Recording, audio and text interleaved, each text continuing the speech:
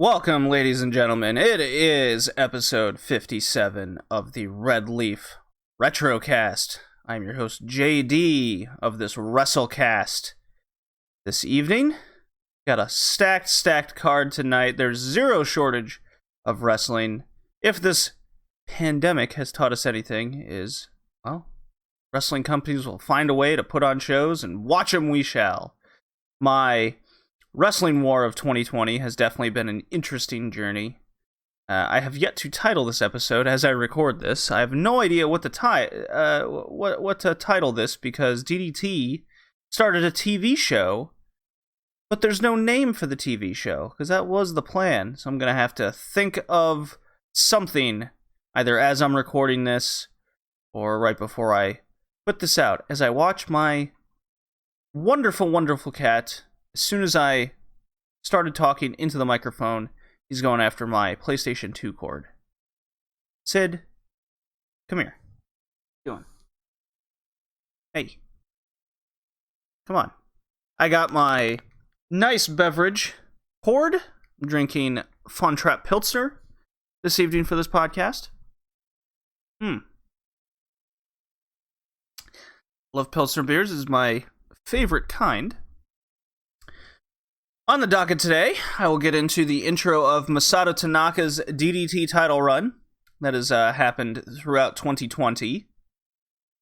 I will not be talking about possibly the greatest lucha match in the last 30 years, as I haven't watched it upon recording quite yet.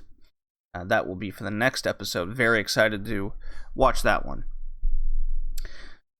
After I get into Masato Tanaka, I'll be followed with my mom and I talking a lot of AEW Dynamite. At least 90 minutes is to be expected as we cover not just 3 Dynamite episodes, but also a dark episode of sorts.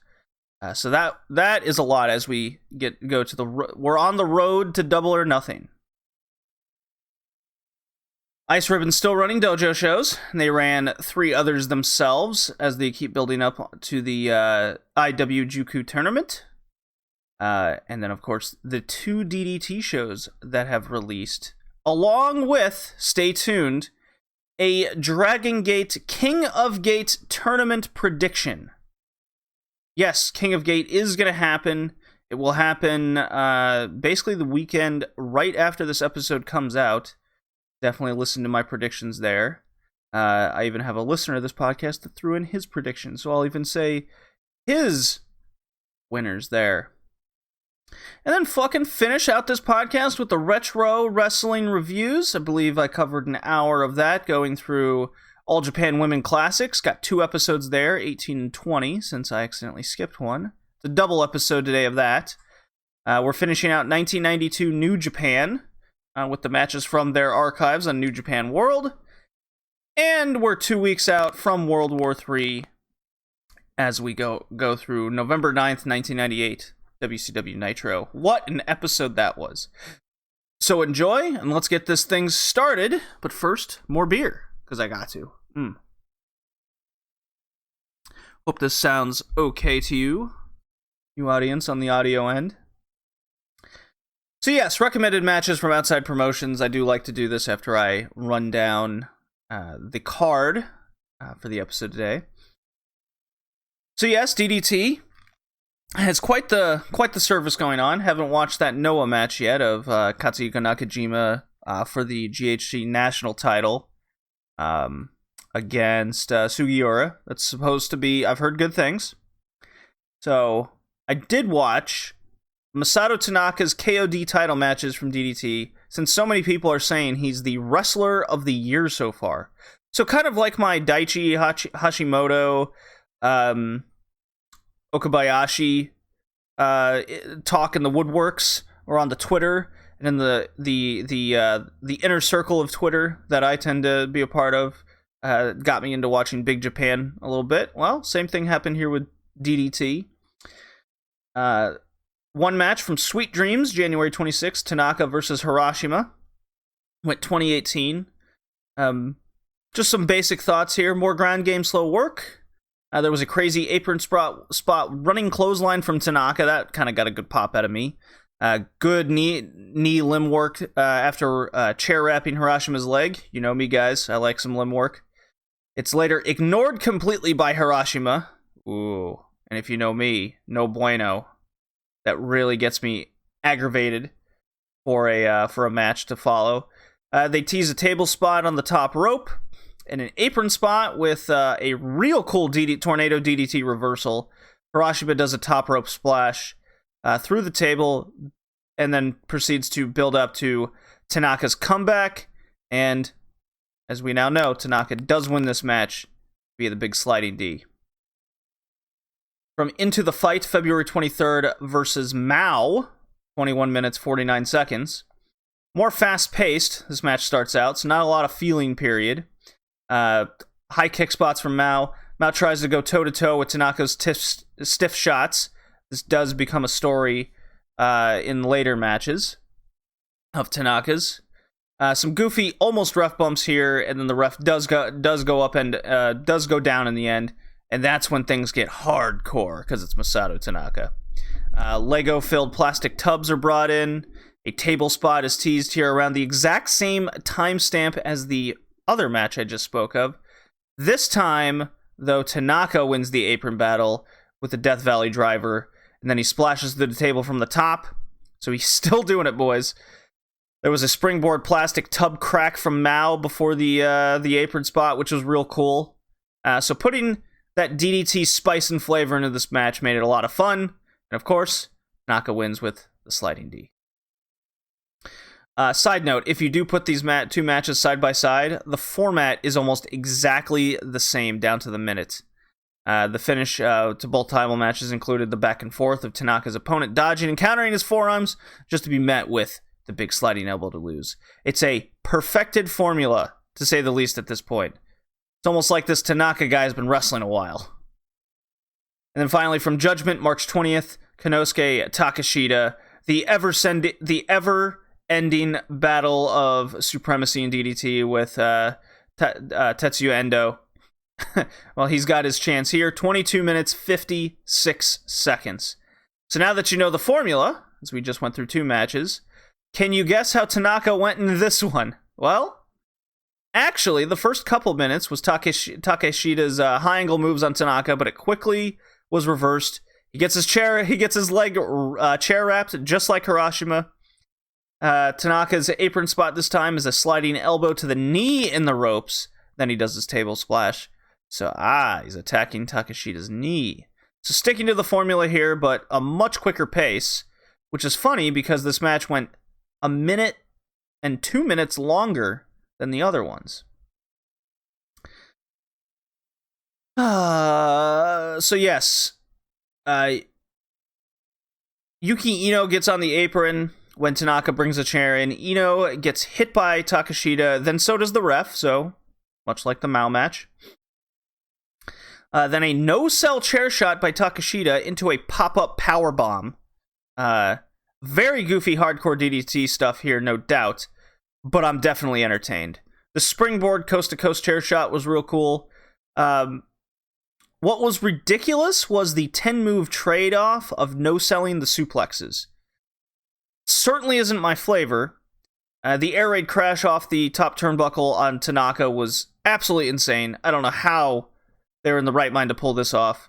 Really reminded me of the El Generico brainbuster turnbuckle spot that he used to do. I thought the finish was really good, but ultimately the large amount of power-up no-selling, I think, hurt this match overall from being great. I thought it was just a really good match. I thought they just overdid it on the no-selling. I got the feeling the crowd left it as well. The story I took was Takeshita wanted to prove he was a badass motherfucker and could hang with badass motherfucking Tanaka, and then just couldn't. So Tanaka beat the shit out of him. And as I was to find out, as I go to the DDT TV show, that turned out to be quite the continuing story. So yes, 3 good matches. At minimum, they were good. I think if you go into these 3 matches as a new fan, at worst you'll find the hardcore stuff a bit goofy, and taking the ref. But overall, pretty good matches. I quite enjoyed it. Masato Tanaka, 47, looks like he's been 100 for 20 years. Still pulling out all the flavors and all his 47 flavors, his Baskin-Robbins moves, if you will. And just right quick, little bonus here is I do have some loose Money in the Bank thoughts. So if you stuck around, then this is a treat. So here we go.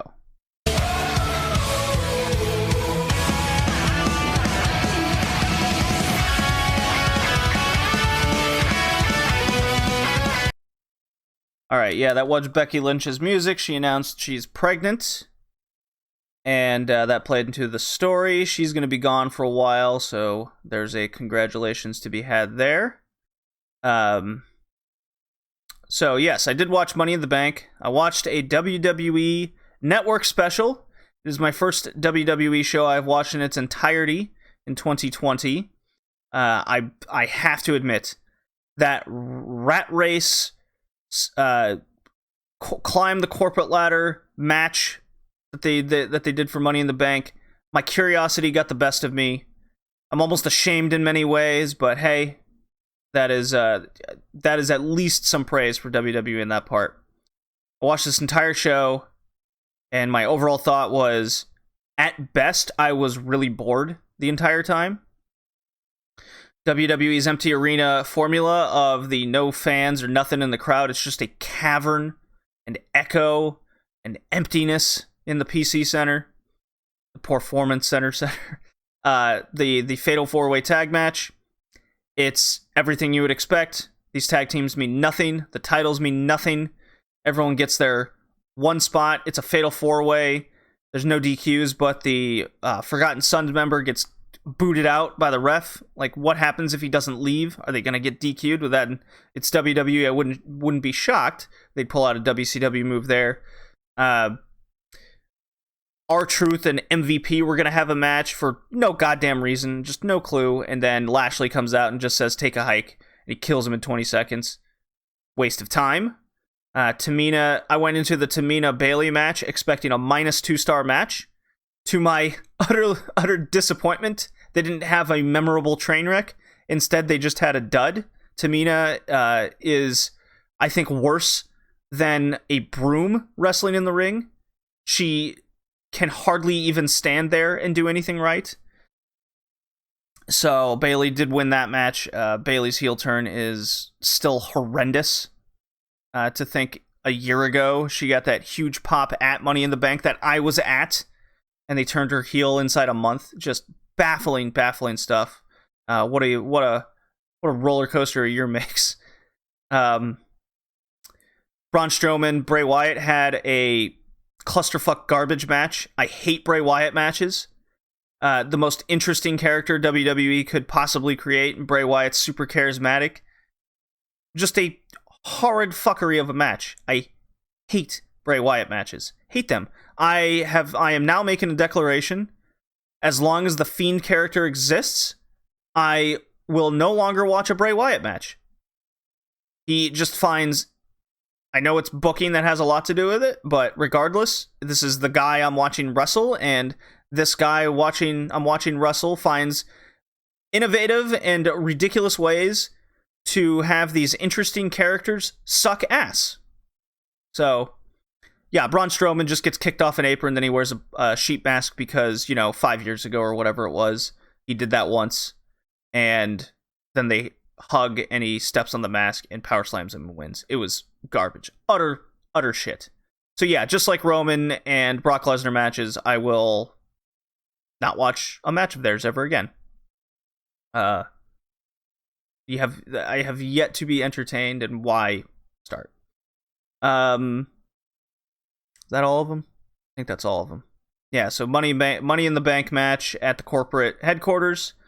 There was cameos for no fucking reason other than to make Vince McMahon's pants wet.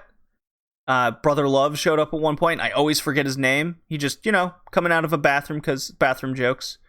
All the men start in the weight room, which was apparently on the 3rd floor, as I found out like a day later. so they didn't even start on the ground floor. While the women lined up in the lobby in front of an elevator. So they all looked absolutely ridiculous. This immediately came across as stupid rather than funny. And being that I've been watching DDT matches, I got my funny bone tickled a lot. This was it was a creative idea with no creative bone made in their entire body. This was the least creative they could probably possibly be. Where it's almost like two guys went into a conference room and goes, all right, we have $20. What can we do? All right, we can throw someone through one table at the top for no reason. We can have Dana Brooke look like a complete idiot during the entire time, whether she's in a random conference room, thinks the Money in the Bank briefcase is in this conference room, despite every single thing on the planet and every person on the planet knowing it's on the roof. And then Stephanie McMahon has to come in and berate her because it's McMahon and they must make the roster look stupid at all times. And then she slips and falls on a wet floor despite every other person running over this wet floor before her.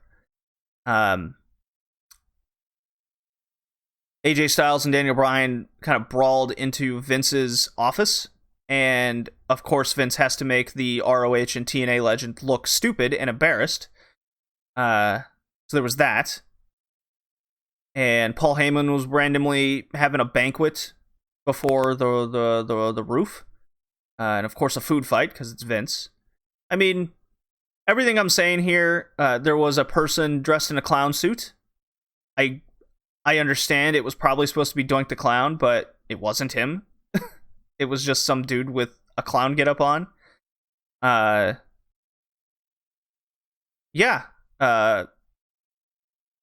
Just super uncreative. I didn't know where anyone was at any given time. The best way I described this to myself was if they had the Benny Hill music on.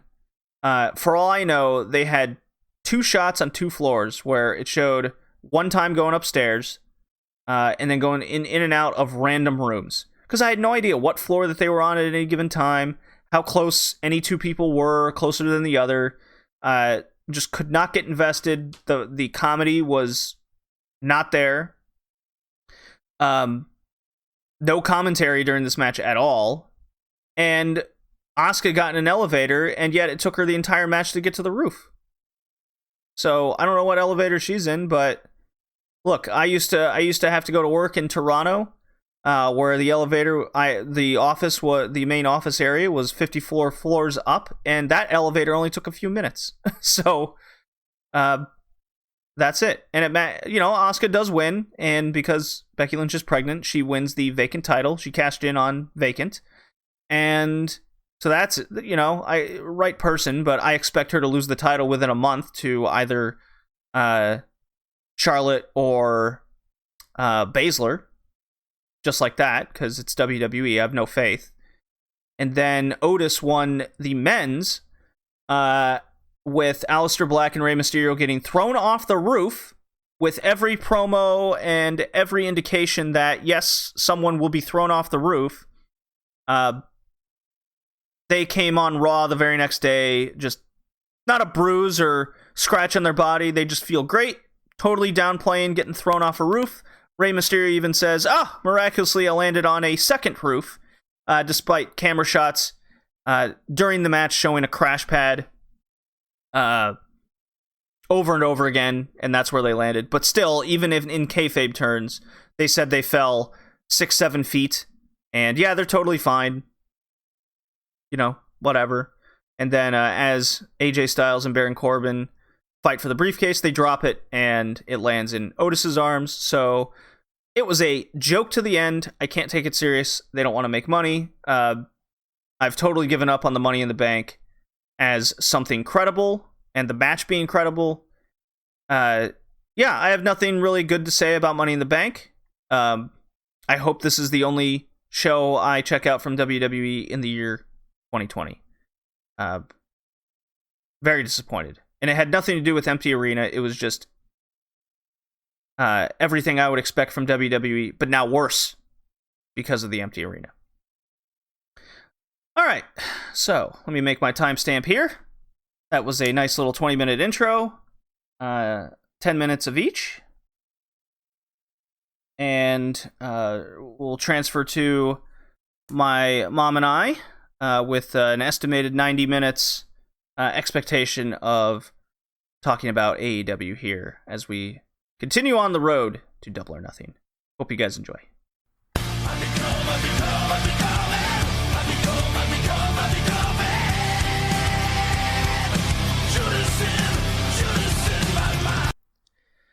Here we go, Mother. We're back for another AEW Dynamite review.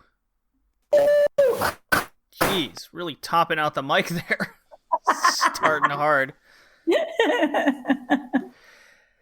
Yeah, we got a lot to talk about from AEW for this podcast episode. We are recording 2 Dynamites right here, and then we're gonna watch the epic Super Dark right after recording. So that gives you an idea of when we're recording this, and then that gets us ready for tomorrow's Dynamite, which we will record later as well. Yay! We got a lot to, yeah. So, how did you enjoy these 2 AEW Dynamite shows? I've enjoyed them immensely. Still liking. I'm liking how they're doing it. I thought this episode was a lot better than the last one. Talking about May 6th compared to the 29th? Or just this set compared to the last set? This set compared to the last set. Okay. I think the one before the 29th, that was the one that I said that everyone was really tired, that energy was gone. Right. You know, and it seemed to be better on the 29th. It's, you know, that energy was back. But by far the last week was way even more better. So way even more better. Way even more better. Well, let's get going here. Let's not waste any time. April 29th, AEW Dynamite, episode number 30, if we're keeping track on the numbers here. The last episode from the Nightmare Factory in Georgia, QT Marshall's little training place. Right, it was the last time that they were going to do that. Yeah, kind of their big culmination of all their taped shows that they were doing during this COVID pandemic period. And I really enjoyed this show. This was a lot of fun. It was you're gonna find out who's in the finals of the TNT title tournament. We got a little tiny mid story between the best friends and Havoc and Sabian that culminated on the show, and then some squash matches in between to set some things up. But also some really good, I guess, promo segments, which you could call as well. So I quite enjoyed this episode a lot. It was kind of MLW-esque in its format, which I don't mind. I think it's a working formula. Yeah. I hope they continue with the Bubbly Bunch. But I'm sure they won't do that. But I think they did a good job with that. The Bubbly Bunch. The creativity in trying to break up the monotony and change up the formula is very nice. I quite like that. Yeah, I quite like that too. And I think that they've given free reign to think of, others thinking of things too. And I think that's why I liked this segment a little more than the week prior. Giving creativity to others was good. I agree. So first match right away after we get a kind of a Darby Allin video package and Cody video package. Basically, Cody recognizes this title as the most important thing to him, mostly because he can't win the AEW title anymore. But regardless, he really, really wants this TNT title. And then Darby Allin not only wants to be the first one, he also wants to beat Cody, because he's never done that before. Right. To their little ongoing story there. So here we go. Cody with Brandy Rhodes ringside. Taking on Darby Allin. Match goes 20 minutes and 11 seconds. Didn't feel like that at all, because it was filled with action, filled with a little drama in the middle. And the story here was Darby Allin almost beats Cody. Very, very close this time. What did you think of the finish here, where they both kicked out of the Crossroads, Cody's finisher, because it's kind of like Naito's Destino, everyone gets one. Cody goes for the coffin drop, but Darby gets his knees up. Then he goes for the coffin drop, Darby Allin's finisher. He hits it, and he hooks the leg. But Cody, being the wily veteran, I guess that's kind of what he's... Jeez, cat. What he's aiming for here. Sounded like a toilet. Well, he gets on the table, and then he leaps up onto his little tower. Oh. So Darby gets... Darby thinks he's leaned back and he's pinning Cody, but Cody just ever so slightly tips him. And what I gathered here was Darby thinks his shoulders were still on Cody, not realizing his shoulders were to the mat, and Darby gets pinned. Cody escapes Darby Allin and gets to the finals of the TNT title tournament. I consider it a shaft win. A shaft win? A fraud? A fraud win? Yes. A fluke? Darby had it, and I think he got shafted out of that win. Oh, I mean, he kind of only has himself to blame. He didn't... I know, but still, I think if it were any other wrestler, I don't think that count would have gone so fast. Oh, you think it was a fast count, do you? I do. It's a fast count, a shaft count. Well, I rewatched this match, actually, and on impact, you can actually see Cody cross his arms at the last second, and he uses his crossed arms, and that's what allows him to tip Darby over. Mm. Yeah, so I thought that was an interesting little touch. I do enjoy criticizing Cody Rhodes a lot, especially with his character. I'm not all for it, but he does a lot of these little things in his wrestling matches that I absolutely love. It's very, very old school mentality, and damn it, I wish I liked him more because of these things. No, can't like the loser. I don't care what you say. Yeah. I can't. And I just think that,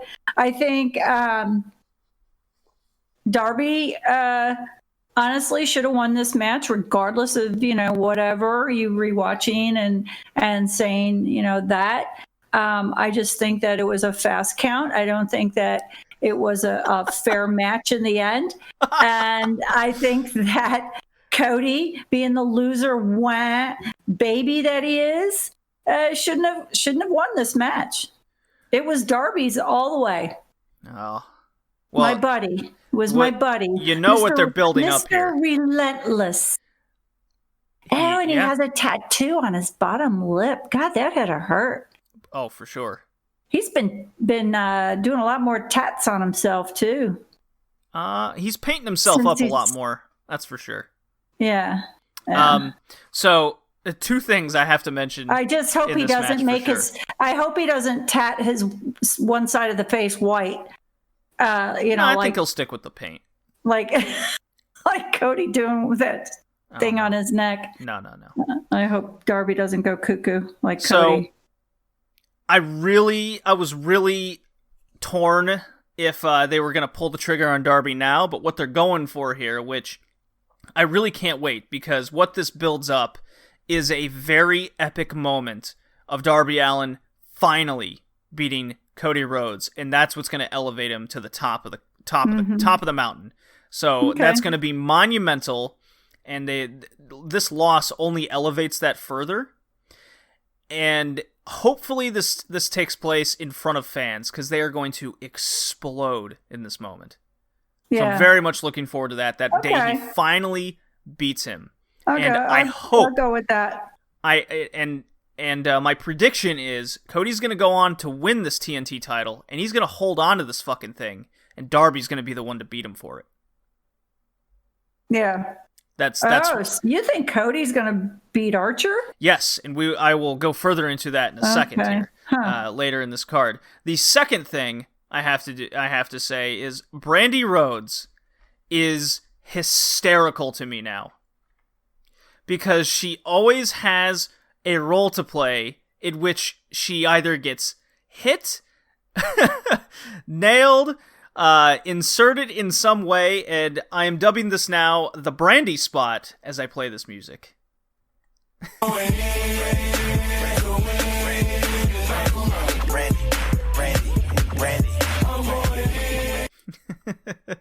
It's kind of a clip of her intro music that she has. Okay. It says her name like 4 times or something. It's funny. Okay. So yeah, she does get nailed. She does get nailed in this match by Darby Allin, in which Cody like clearly knows she's there. And upon impact, Chris Jericho just goes, he knew she was there. He is a horrible human being. I was dying because Chris Jericho's still on commentary. And speaking of great heels, we cut to MJF, and he's doing another promo, Mom, because as we remember, we last left off, and he suffered a devastating hangnail injury, life-threatening. Right. He says. Right. His arm was in a sling. His finger was in a cast. It was very devastating. It explains why he hasn't been on Dynamite these past few weeks. Sure. Now, he informs us that his hangnail is now healed. Overhealed, in fact. The most healed. Monumental. So monumental, scientists don't know why. Yeah, exactly. So he was getting TV ready.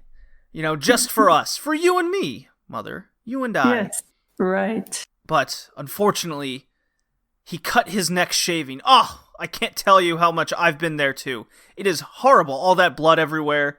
MJF takes off the scarf, reveals a huge neck brace. We can only assume that many layers of bandages are holding his neck to his shoulders as we speak.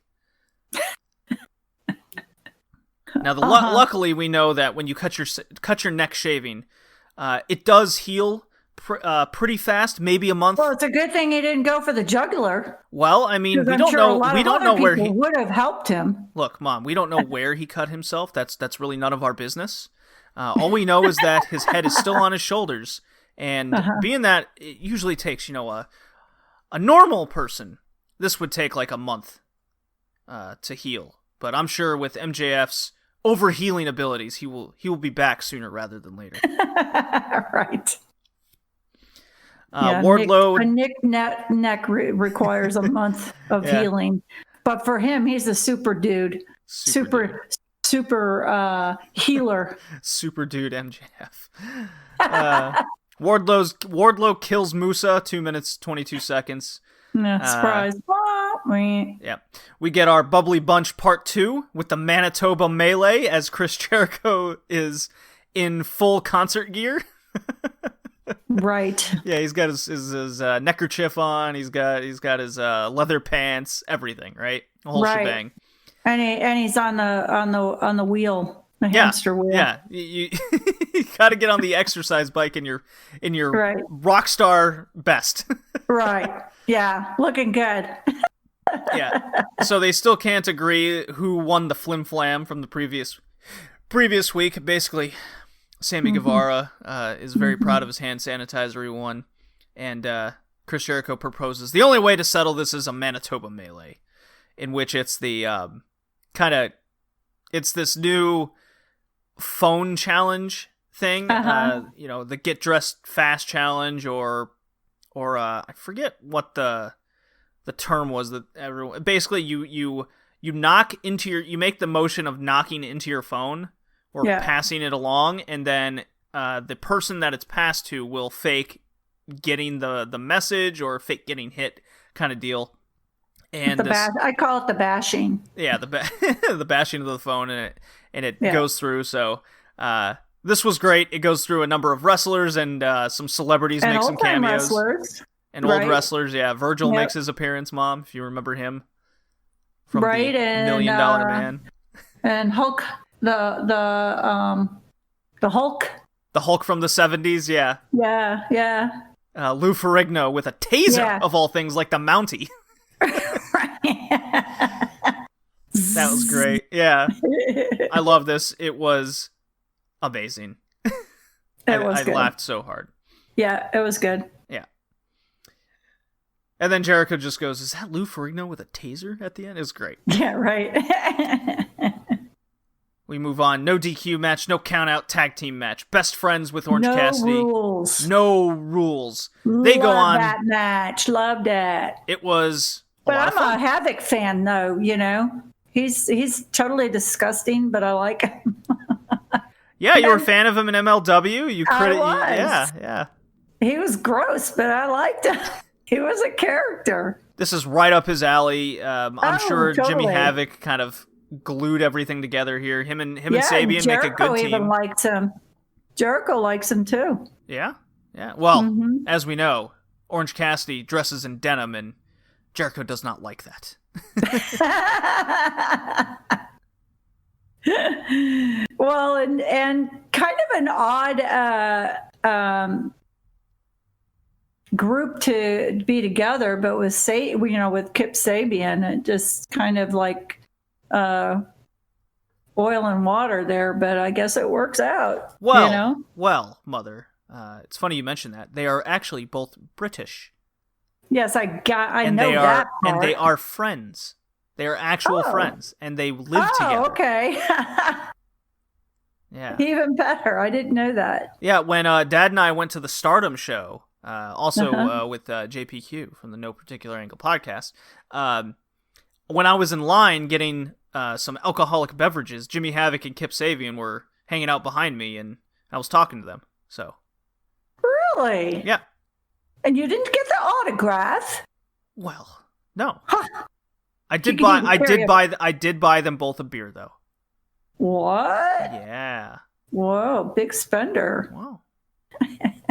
So. And they appreciate it. Thank you, mate. Yeah. Oh, it was funny. I went, "Oh my God, it's Jimmy fucking Havoc," and Kip. And Havoc laughed at that. He was funny. And Kip's like, "Yeah, of course. At least he recognized me." So. That's funny. Okay. I can't tell you how much I loved this Britt Baker segment in her dentist office. Uh-huh. It was fan-fucking-tastic. Not chicken. Like, overconfident I'm better than you, Britt Baker, but that smug, like, mean girl from high school attitude is the best. She comes across as such a believable, pompous person. Know what I mean? Yep. Yeah. So, yeah, totally. Yeah, Britt Baker's look at me, I'm a dentist, look how great I am. Right. She's got pictures of herself everywhere. I think it works way better for her. Oh, yeah. You know, I think it's a perfect role for her. It fits her. Yeah, it's absolutely great. Now she's got her own personal makeup artist, which is she keeps calling her Reba, but it's it's Rebel. So she's calling her. I think she's calling her by a wrong name all the time, and even says Reba, and it did say Reba in the tagline when she was introduced. So she's doing like an interview, right?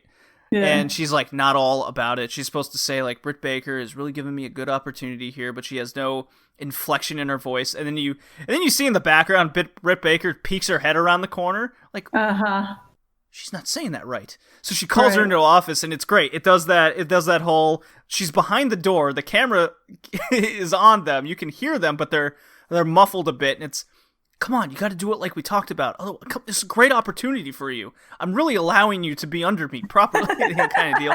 Do it right. And then it cuts back to Reba, and she's going, "I love Britt Baker. She's the best." Total 180 on the tune. She just comes off as totally fake as well. The fake smile and everything. It was great. And then we're back into Britt's, I guess, main dental chair area, and she goes, "Okay, now rules to being a role model. Rule 1 is not everyone can be a role model." So just get that out of your head. Also, no glasses wearers. You have to be a doctor in order to wear glasses. So I guess Mom, engineers aren't allowed either. That was not on the list, so I can't. Apparently, I'm not either. Yeah. So devastating news for me to hear that from Britt Baker. Also, no fat but people. But you're an engineer. I am an engineer, but I'm not a doctor. I'm not a doctor. I can't wear glasses. I have to wear contacts. It's the only way. I think it was no fat. You can't be fat either. Right. Which it cuts to a picture of Tony Schiavone, and his gut is way out, and she goes, "You have to use Photoshop," and it photoshops the gut down. Right. And then also no snaggletooths. Cuts to a picture of Tony Schiavone again with a snaggletooth. Right. Didn't get to the last one, which was no wannabes, so I guess that's also supposed to be Tony Schiavone, but we didn't get to that part. Then it cut, so after all this, it cuts back to Tony Schiavone, and Jericho's like, "What do you got to say about that, Tony? What about your friend?" "I don't have a snaggletooth, and I've lost weight. I'm going to have to talk to Britt about this." I loved it. It was, Britt Baker has, again, Kat. She's had the best promos collectively over the years so far, I think. Her and Jake the Snake Roberts. I love it. I agree. Shawn Spears defeats Baron Black, squash match. I think this is setting up Spears to lose to one of these guys eventually in a shock win. I think that's what they're building towards. Brody Lee kills Marco Stunt in 3 minutes and 8 seconds. Not as good as the Lance Archer one, but was enjoyable. Pretty good. Yeah. John Moxley, your boys in a desert, just hanging out in Las Vegas desert or something. Yep. he's going on. He's talking about loading up the truck with Metallica CDs. He's gonna be at Dynamite next week. Call your grandmother. It was a goofy Moxley promo. I liked it. It was cool. Same? You can do anything as far as I'm concerned. I was kind of hoping it was gonna cut to him in the fancy car. Oh. Right? Yeah. And then he drives off. That would have been cool. But anyways, and then we got our main event. You haven't seen him in that car since he won it. Haven't seen him. No, we have. No, we have. We saw him pull up with it at Revolution, and he walked in from the back. And then there was also the one where he drove it into the building like the week after. Oh, okay. Yeah, so he's shown up with it a couple times. Okay. Yeah. And then Lance Archer versus Dustin Rhodes in the main event of Dynamite, a 22-minute and 44-second match, and I think it went through like 3 commercial breaks, if I remember. Yeah, 3 or 4. It was quite a few. Which sucks, because we watched this on Fight, and because these were all pre-taped, we just kept hearing that Dynamite music over and over again, instead of seeing the action in between instead. Right. So that's a real bummer. I wish we could have. That was disappointing. I wish we could have seen the whole thing. Yeah. Regardless, it shouldn't have done that. No, we should have kept seeing the action. Yep. But anyways, of the match itself, I thought this was incredibly solid. It was something out of the early 2000s, is what it reminded me of. It was a good matchup. I agree. Which kind of makes sense, because both these guys, Lance Archer in particular, started in the early 2000s, and Dustin started in the late 80s. So this old school style match was very well paced out. It was very simplistic, although Archer did do the Undertaker rope walk, but instead of doing the little club slam, he does a moonsault onto 6'9" Dustin Rhodes, or however tall he is. 6'6". I think Archer's 6'9". But I loved how this ended, because Rhodes gets busted open. He's getting killed in this match by the Murder Hawk. Yeah. And Cody and Brandy have to come out, along with QT Marshall. I think he was there. And Cody's got the towel, just like at Full Gear, remember? Yeah. With MJF. And they tease the towel spot. They're talking to Dustin because he's being murdered.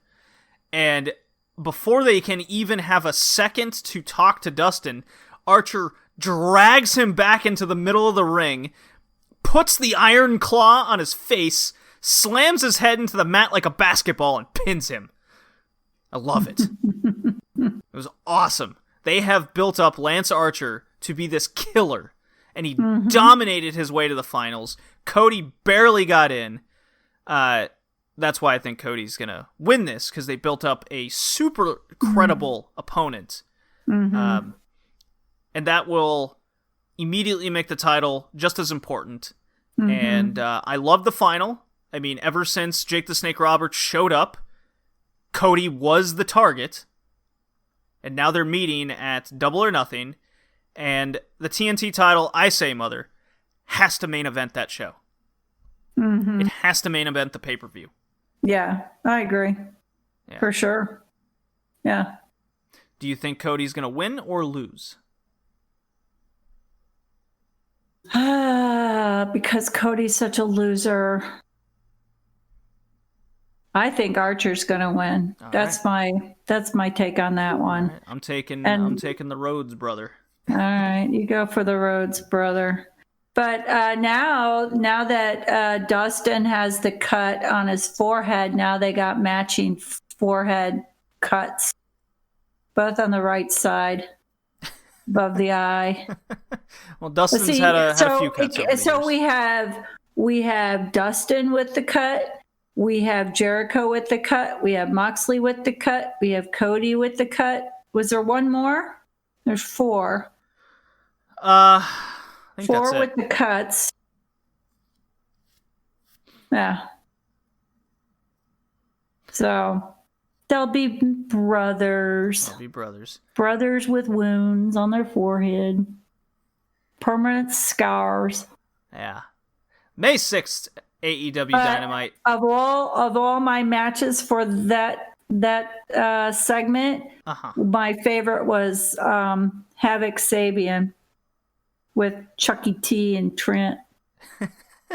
Good. That was my favorite. It got 3 stars because it was no rules. 3 stars? I can be down with that. Yeah, I felt like all 3 of those matches were about 3.5 stars. I would agree. May 6th, AEW Dynamite, episode 31. We're back at Daly's place in Florida. There's pyro going off for every single person that came out. That wasn't a jobber. It was the first live back. It was the first live show in a while. Jacksonville, or Florida in general, opened back up. Wrestling's an essential business. Thank you, WWE, I guess, in that sense. This felt like to a point. They made this show feel important. Tony Khan came out and said, like, everybody was tested. Jim Ross is back on commentary. You can tell these guys were just dying to get back to work, right? Oh, God, yeah. And there's a lot of people like that. If you could pay me to stay home safely, I'd do it. But I have bills to pay at the end of the day, and so does everybody else, right? Well, a lot of people are making more money not working than they were working. Yeah, there are a lot of people like that. So we start out this Dynamite with Cody versus Joey Janela. Dad really likes Joey Janela. He's here. He hears someone's from New Jersey, and he's way behind him already. Right. Yeah. Dad did watch this show. He absolutely enjoyed Joey Janela, and he really enjoyed the Jon Moxley match this time around. Unfortunately, he fell asleep because he's old before the main event, so I got mad at him. No. Oh, that's funny, JD. Yeah. He's old. He is old. He's not that old. Oh, my God. He's in his 70s. That's old, Mother. Oh, my God. That is not old. It is, too. Wait till you get that old then. Yeah, and I will be old. Well, it's not old. He's 7 years over the retirement age.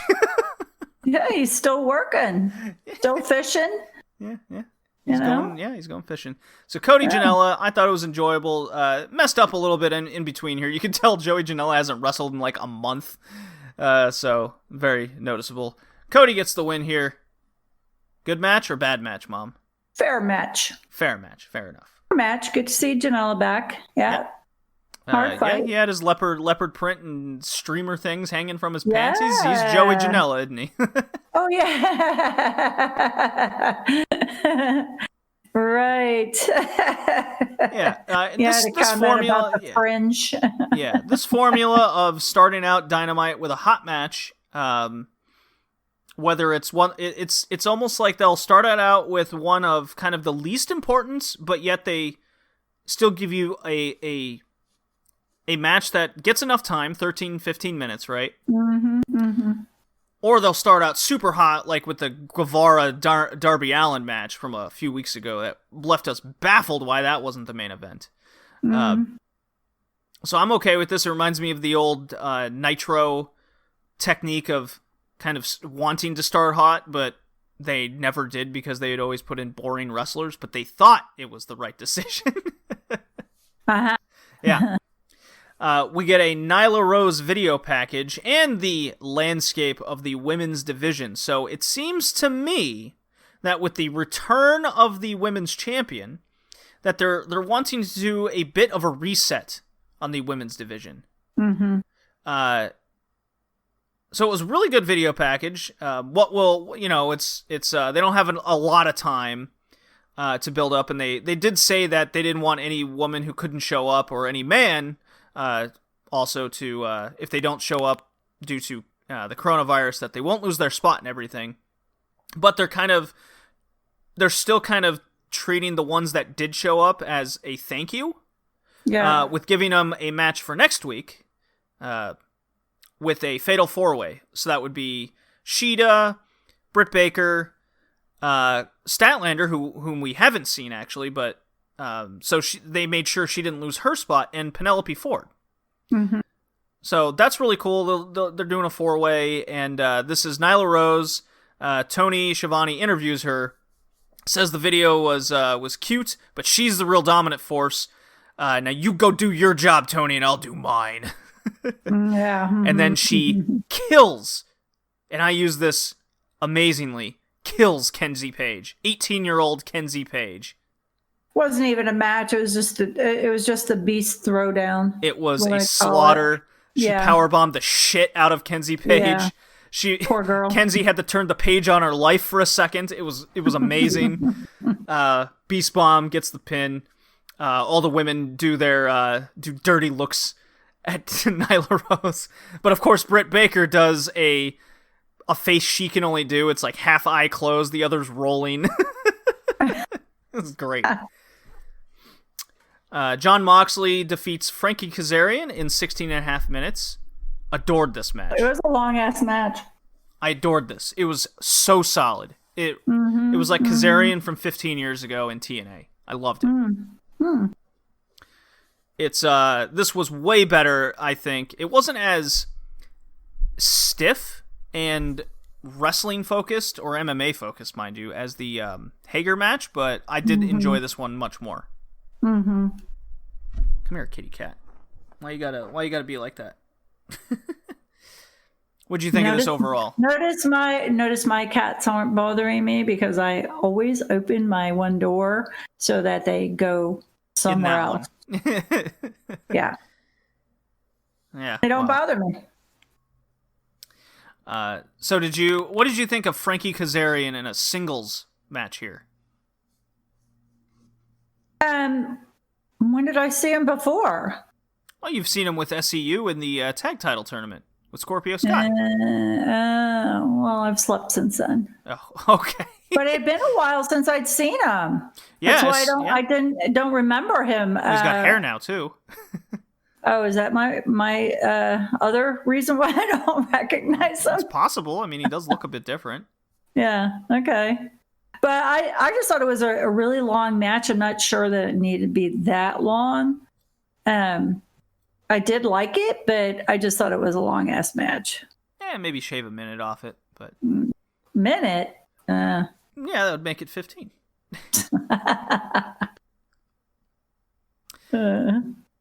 Good. So I'm very curious of your opinion on this. What happened after the match was the Dark Order hits the ring and beats the shit out of Jon Moxley, including Preston Vance, or Dark Order Minion 10. The big jacked Dark Order we know guy. who number 10 is?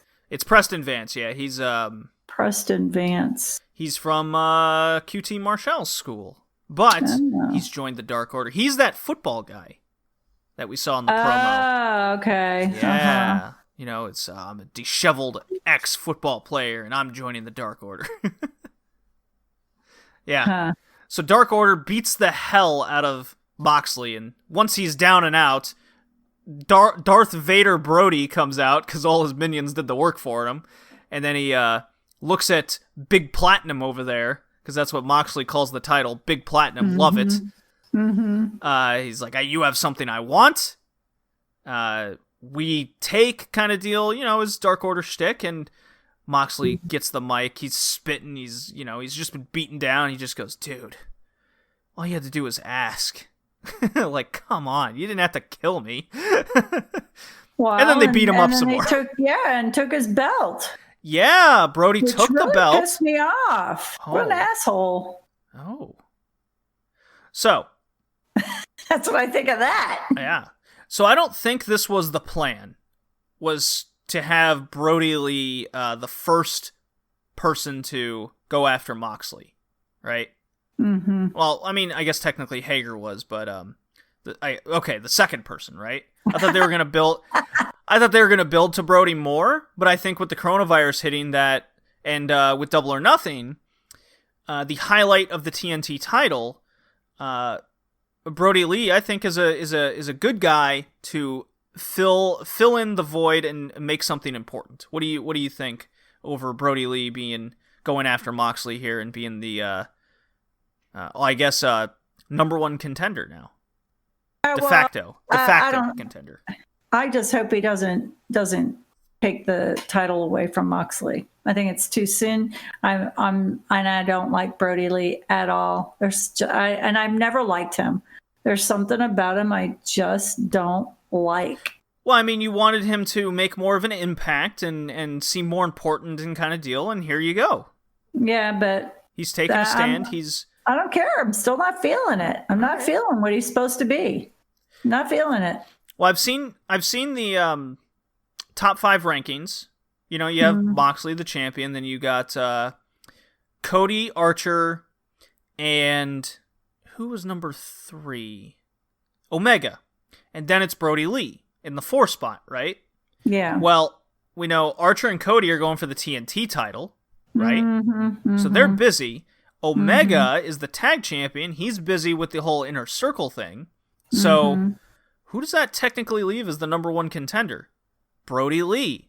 What does he do? He recognizes, here's my opportunity. All the guys above me are occupied. Busy.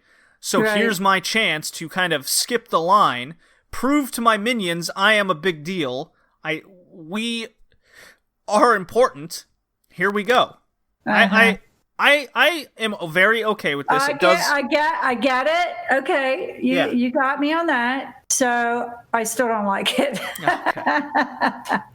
I don't want Moxley to lose the title yet. I don't think he's going to lose. I think what's going to happen is Brody's going to lose, and he's going to go full on, it's not my fault, it's yours situation.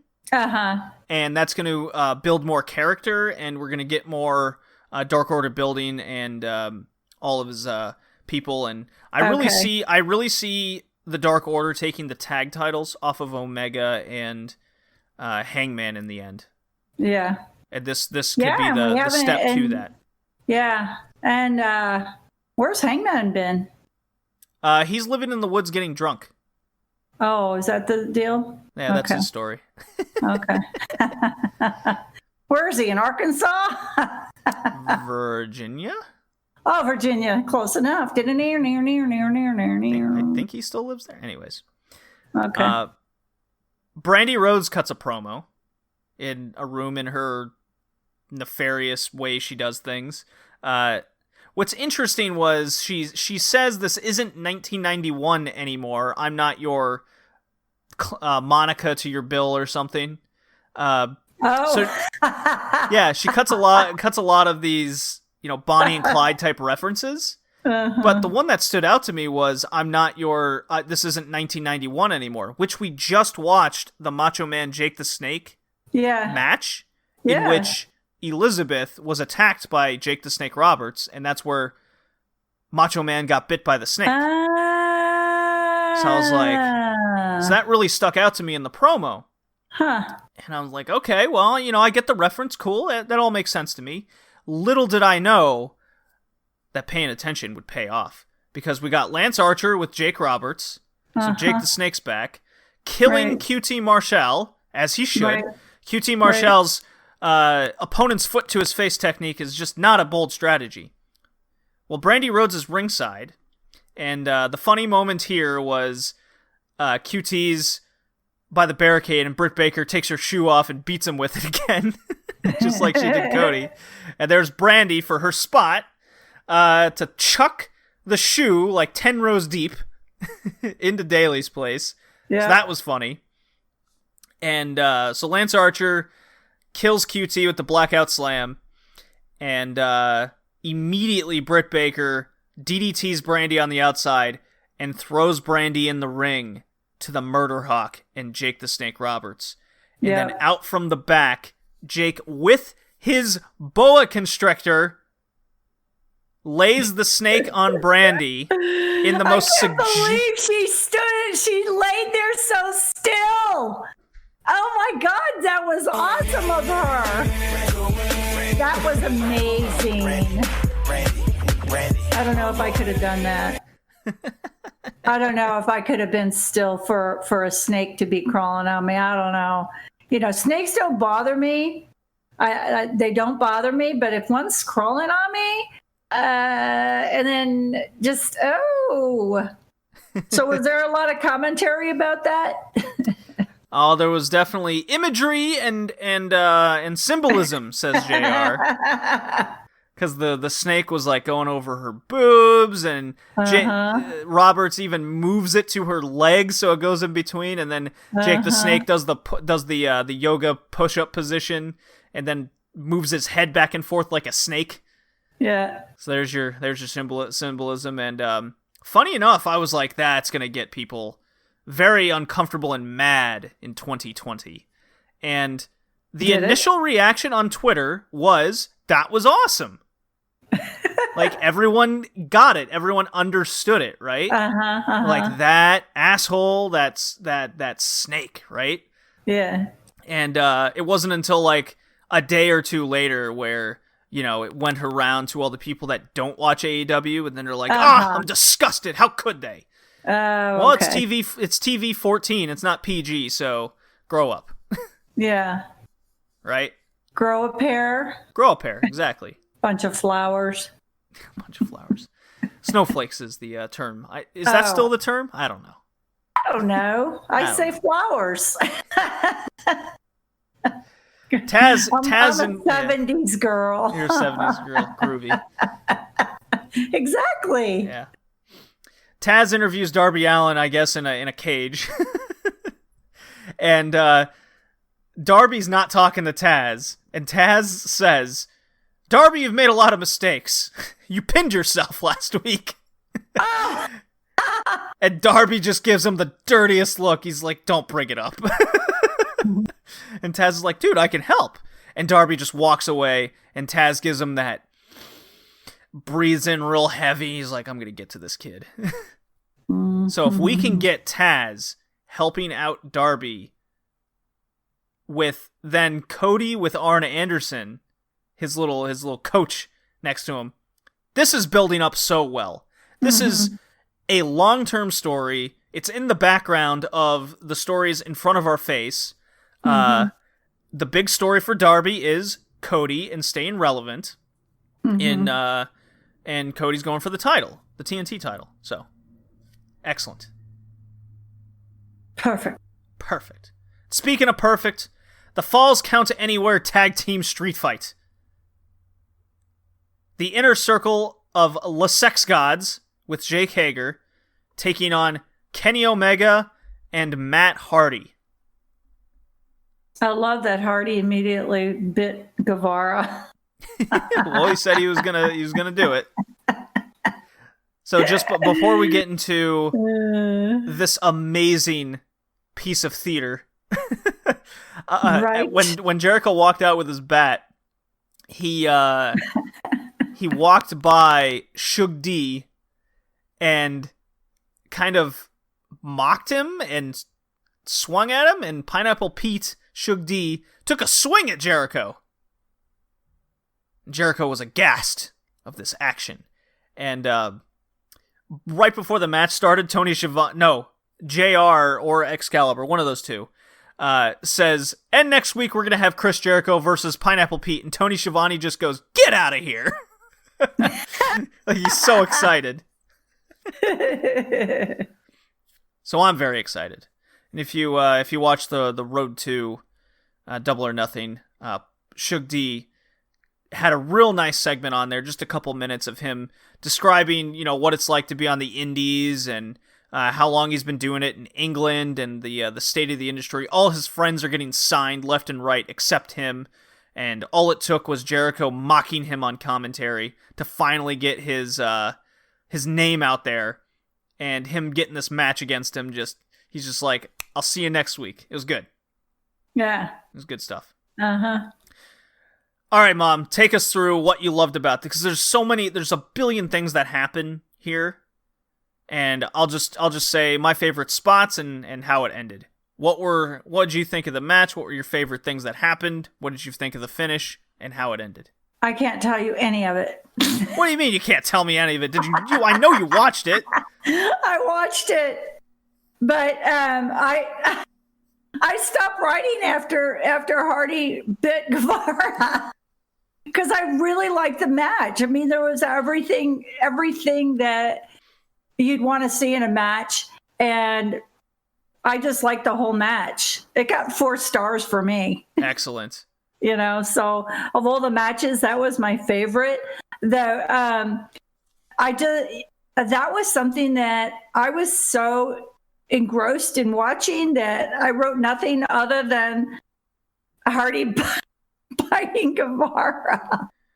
Well, that's a damn good sign, isn't it? And then, of course, Hardy going in for the change, and then driving the cart. I mean, it just was so fun. This match had everything and anything. It was just a great match. It was a lot of fun to watch. So it starts in the ring, and Jericho and Hardy fight to the back. Broken Matt Hardy is how he comes out. And when Hardy reemerges from the back that he was beaten out of, he comes out as Matt Hardy of old from the early 2000s, and he's doing ladder spots, and he jumps out the ladder through the table and everything. And then it ends up going to the back, so they have a street fight in the back, and that's where it comes across as it's like in front of a locker room, and there's a big ice box, and Jericho throws Matt Hardy into the ice box, and later and he's bleeding. Yeah, he hits him over with a block of ice. Jesus. I was like, shit. So Matt Hardy's thrown in the ice box, so Kenny Omega then has to take on basically Hager, Guevara, and Jericho, 3-on-1, and commentary's all excited. It's the Kenny of old. He's proven to us why he's the best bout machine. All this stuff. It's like, cool. He should. If you want to make him a main eventer, he should be able to at least defend himself for a period of time. What was really funny is Sammy Guevara throws Kenny Omega into an ATM machine, and money pops out. And Sammy goes, "Hey, money!" He shows it to everybody and then puts it in his pants, like it's something out of Streets of Rage. It was super funny. Hardy emerges. Give it back. No, that's his money. You kidding me? You found finders keepers. Hardy emerges from the icebox, and now he's Damascus, and he's talking in his broken way. He goes, "You must document these events." As he gets into a golf cart, Omega hops in. They run Jericho over, and then the best moment happens. The golf cart starts heading towards Sammy Guevara, and it's like something out of Wile E. Coyote with a boulder chasing him down that the Roadrunner did, right? Right. Hardy's screaming away. Omega's like leaning out, doing a gun with this crazy look, and Sammy Guevara's running down the aisle like he can't step aside. He's so scared. He's like a deer in the headlights, and then he like runs out of where he can go because the golf cart's caught up to him. And he turns around and like something out of Grand Theft Auto, he helicopters from getting hit, and he's wasted. It was the best. Well, and Hardy had to have his change of clothes too. Yeah, I mentioned that. Yeah. Oh, you did? Yeah. Yeah. Oh, it was so good. Great. It's my kind of like Cody punching the glass to Jericho last year right before Full Gear. Mm-hmm. Right now, this is my moment of 2020 for AEW. Oh yeah, no, that was golf cart that hit. was yeah, that was good. And they did this live, like one shot, bang, they got it. Absolutely crazy. Sammy's a psycho taking a hit like that. Yeah. Omega gets on a scissors lift, and he does a moonsault from the top, which everyone caught him. That was crazy. And then oh my god. Yeah, and then that was the cue for Proud and Powerful to make their big return to AEW, and Inner Circle, gang warfare. They take advantage, beat the hell out of Hardy, throw him through a table, and then they pin Omega. They all stand in front of like an entryway onto the football field where the Jaguars play. You see Inner Circle on the big billboard, and they're all giving the middle finger. Right. I love it. It's like NWO is back on TNT. It's amazing. I can't wait for the Inner Circle to get their comeuppance. It's super fun. They're dicks. I can't wait for these dick heels to get theirs. The sex gods and all.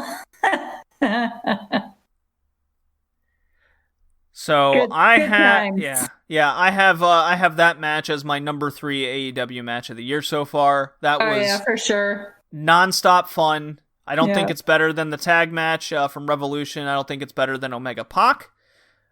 But it was just so wacky and fun, and engaging, and it had everything you could ever want.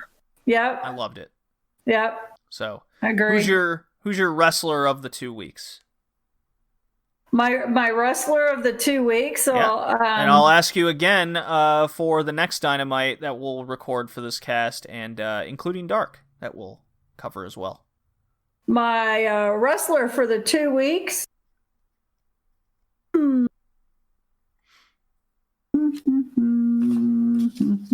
Thinking.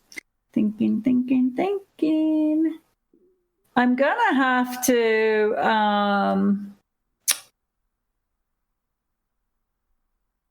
have to go for between Archer and I really liked Omega Hardy, but for the 2 weeks, I'm going to have to say Archer. Lance Archer, the Murder Hawk. Yeah. I like him. He's scary. What's funny is I do my top 15 rankings every 2 weeks of the wrestlers, and I currently have Archer at number 2. A DDT wrestler is number 1 right now, but that's okay. Well, he hasn't been on my list yet, so... Has not. We'll watch DDT eventually. They just started a TV show every Saturday, so we might have to check that out one of these days. Mm-hmm. Yes. Mm-hmm. All right, Mom. We're going to take a break on this cast, and when we come back, we'll talk the Dark Super Show, which we got to watch right now. Okay. And, yeah. We'll we'll be back. All right.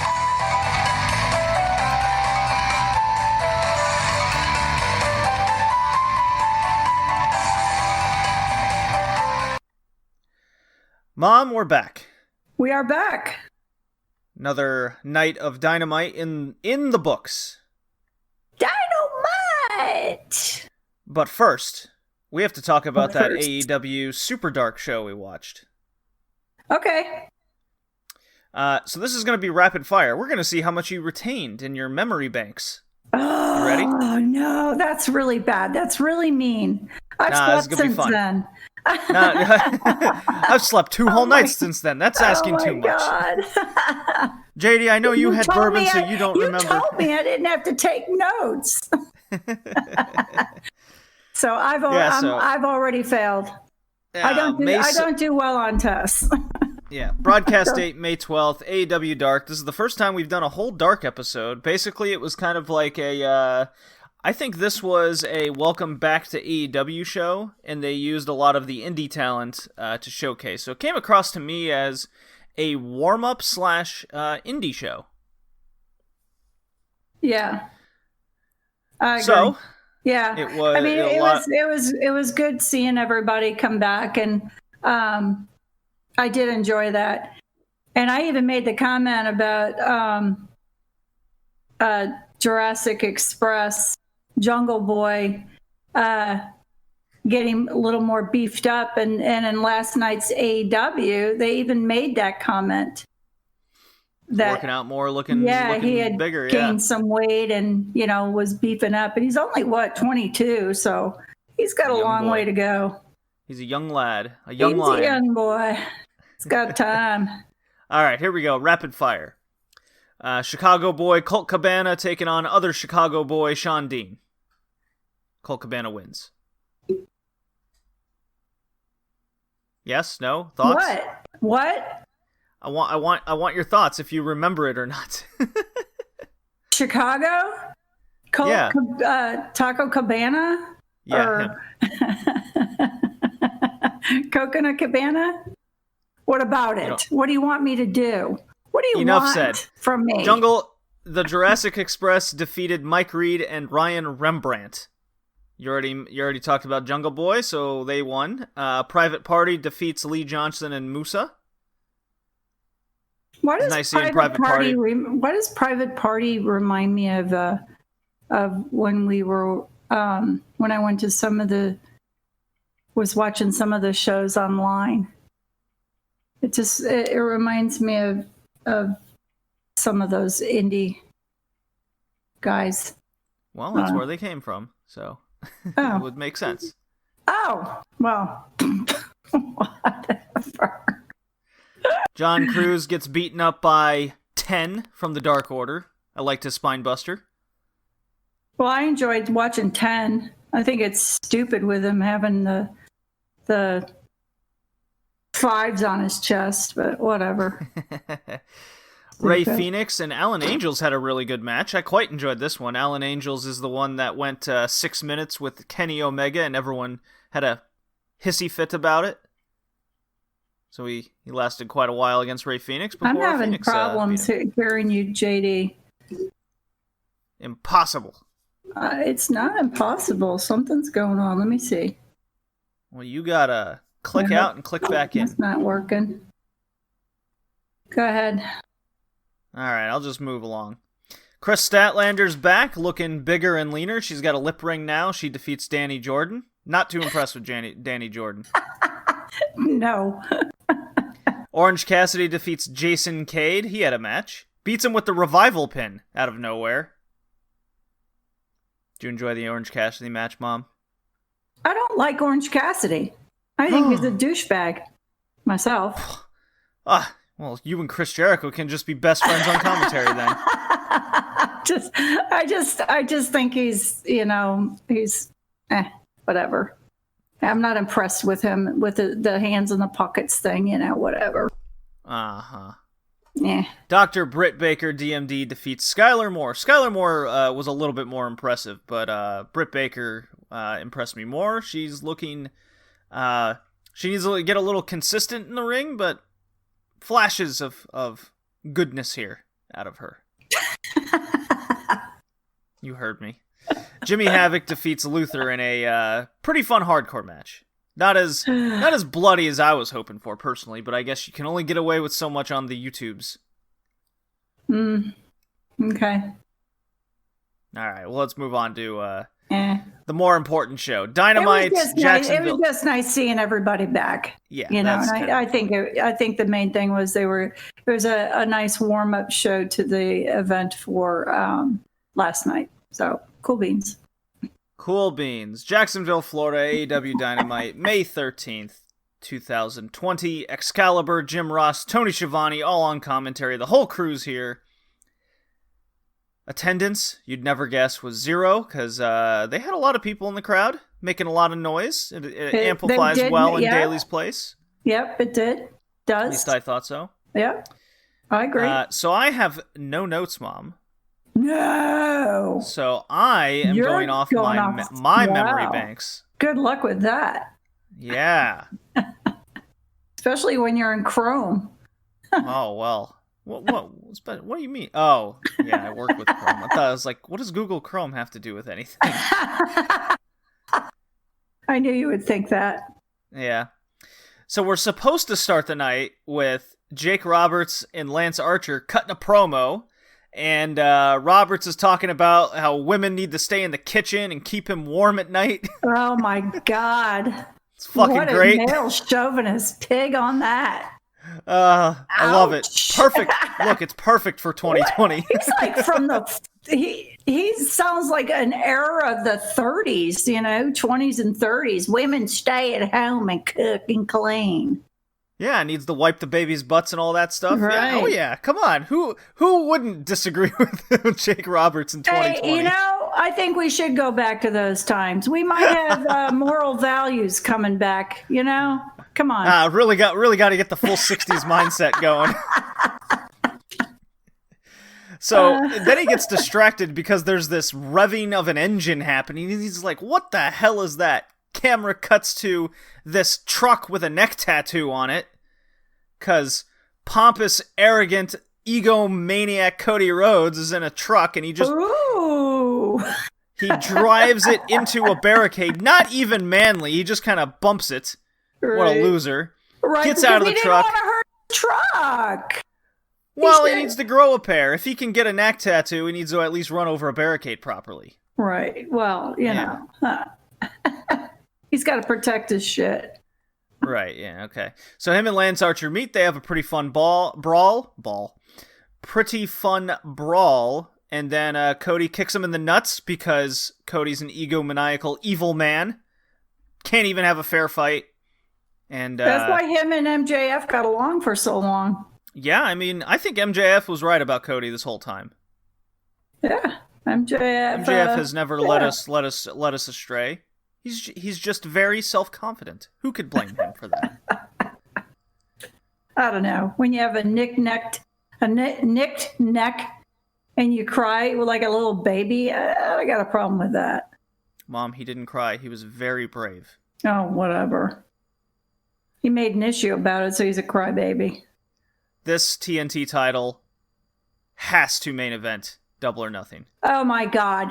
And if frickin' Cody wins, I am just going to be beside myself. Well, but I did like Cody grabbing the braids from Archer. Oh, and choking him out with it? That was good. So there was something you complimented Cody on. I did like that because, I want to know if those braids can come off or not. So we get our first match. Best Friends with Orange Cassidy. They defeated Luchasaurus and Jungle Boy with Marco Stunt ringside. Pretty crazy match. Two fan favorite teams facing off against each other. What happened at the end was where it got just wild because let's see if I can remember all this. I was disappointed that because I honestly thought Jurassic Express with Luchasaurus and against Best Friends, I think that was a good match. but then, like you said, near the end there, it was mayhem at its finest, and of course, MJF cost Jungle Boy the match.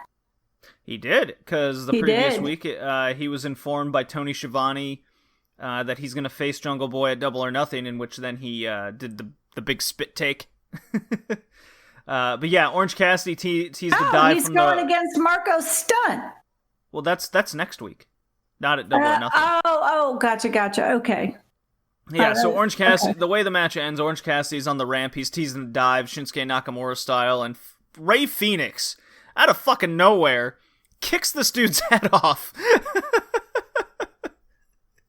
And that cued MJF to jump out of the crowd. He posts Jungle Boy, costs him the match.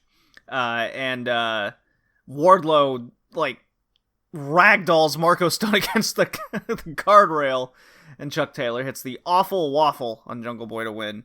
I like the match. The finish was chaotic. It was absolutely nonsense, but it teased just about everything you can imagine for the next couple weeks. Yeah. So I'm okay with that. As long as it leads somewhere, I'm okay. Generally. Moxley arrives at the building. He's quite upset because of his stolen big platinum title. Kind of weird that he waited all night. Yeah, right? He should have gone after him right then and there. I could have used some backstage segments of Moxley beating some Dark Order ass all backstage. That would have been cool. Yeah, I agree.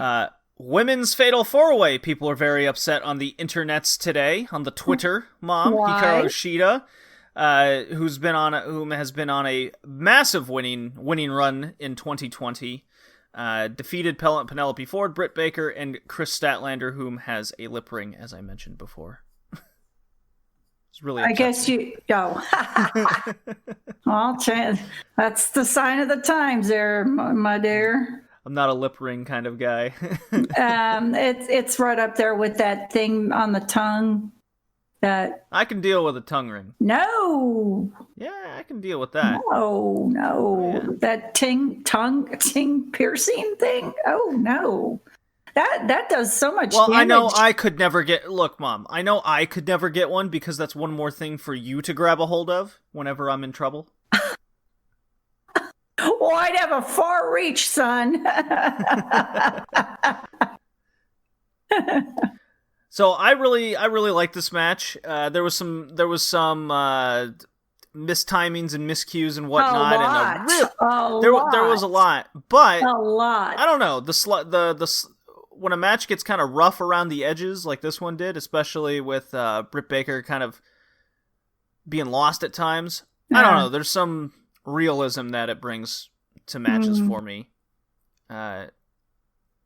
Unless I keep seeing the same thing over and over again, like the same maneuver that just misses or something, but that's not the case here. The one that scared me the most was when Penelope Ford was on Chris Statlander's shoulders, and she wants to do the reverse Rana, goes backwards off the shoulders, in which Ford had to basically bend her body in half so she wouldn't brain herself on the canvas, and then Statlander did what she does best and flips herself all the way around. She did it for Baker and she did it for Ford here. So Statlander being super athletic was really cool, and Shida just being super solid. I like this match. Right person won. Baker went crazy. What were they saying online about it? What was the upset? What was everyone so bent out of shape about that? Oh, they're making fun of Britt Baker for being so young in the business as she is. The women shouldn't be doing moves that are this dangerous, even though I really only think there was the one move that came across dangerous, which I just mentioned. I mean, but it's two gymnasts doing these things, so it's not like they're not adept at flipping their bodies, right? You know. Yeah, I didn't feel that way. I wasn't seeing that, so. And I'm all about that shit with the women, so I didn't see it. You'd be the first one to absolutely criticize. I did really like when Britt Baker was trying to get her submission in for the win, and Statlander starts raking her nose. That's funny. And that's when Britt Baker just has, like, she's beside herself. She rips Statlander outside and puts her in the lockjaw and won't let go. Nostril lock on Britt. She freaked out, and that's when Sheeta just took advantage and took care of Penelope Ford in the ring, gets the win, and Britt Baker just went crazy. And then later did not even... Well, she was very upset with Chris Statlander going after her deviated septum. No, broken nose. What is it? Broken nose, deviated septum. What's the deal? Somebody pick one. It can be both. It can't even be. Yeah. I don't think it was either. I think she just had a bloody nose from Sheeta and move on. Jeez. I like how they executed a little story here in it, and it's leading to a Double or Nothing match between Baker and Statlander. I got no problem with that. But I think she, if she didn't do that, she wouldn't have her bloody T-shirt now. She wouldn't be making money on the bloody T-shirt. Yeah, right. So she should be grateful to Sheeta for giving her a bloody nose, whether it was broken or not. Wow, it was a good blood. Yeah, so let's just do rapid fire here on all these backstage interviews. I'll even go through a couple that happened later. Skip right towards Hikaru Shida getting interviewed by Lexi Nair, and Shida's English has massively improved. Still a little rough around the edges, like she's having trouble kind of matching her brain to her words. She knows what to say, and then it's that language barrier of, I know what to say, but I can't quite say it the way I want to yet. So she's like, yeah, I won. I can't wait to do the title match. And then Nyla Rose comes and, I found your kendo stick, bitch, and nails her. So it's going to be a no DQ match with Double or Nothing there. Shug D does a promo, spent 16 years. We went through this before. I mentioned they kind of did the same thing here. He's happy Pineapple Pete, but he's going to make it count in the ring. They announced a casino ladder match for Double or Nothing.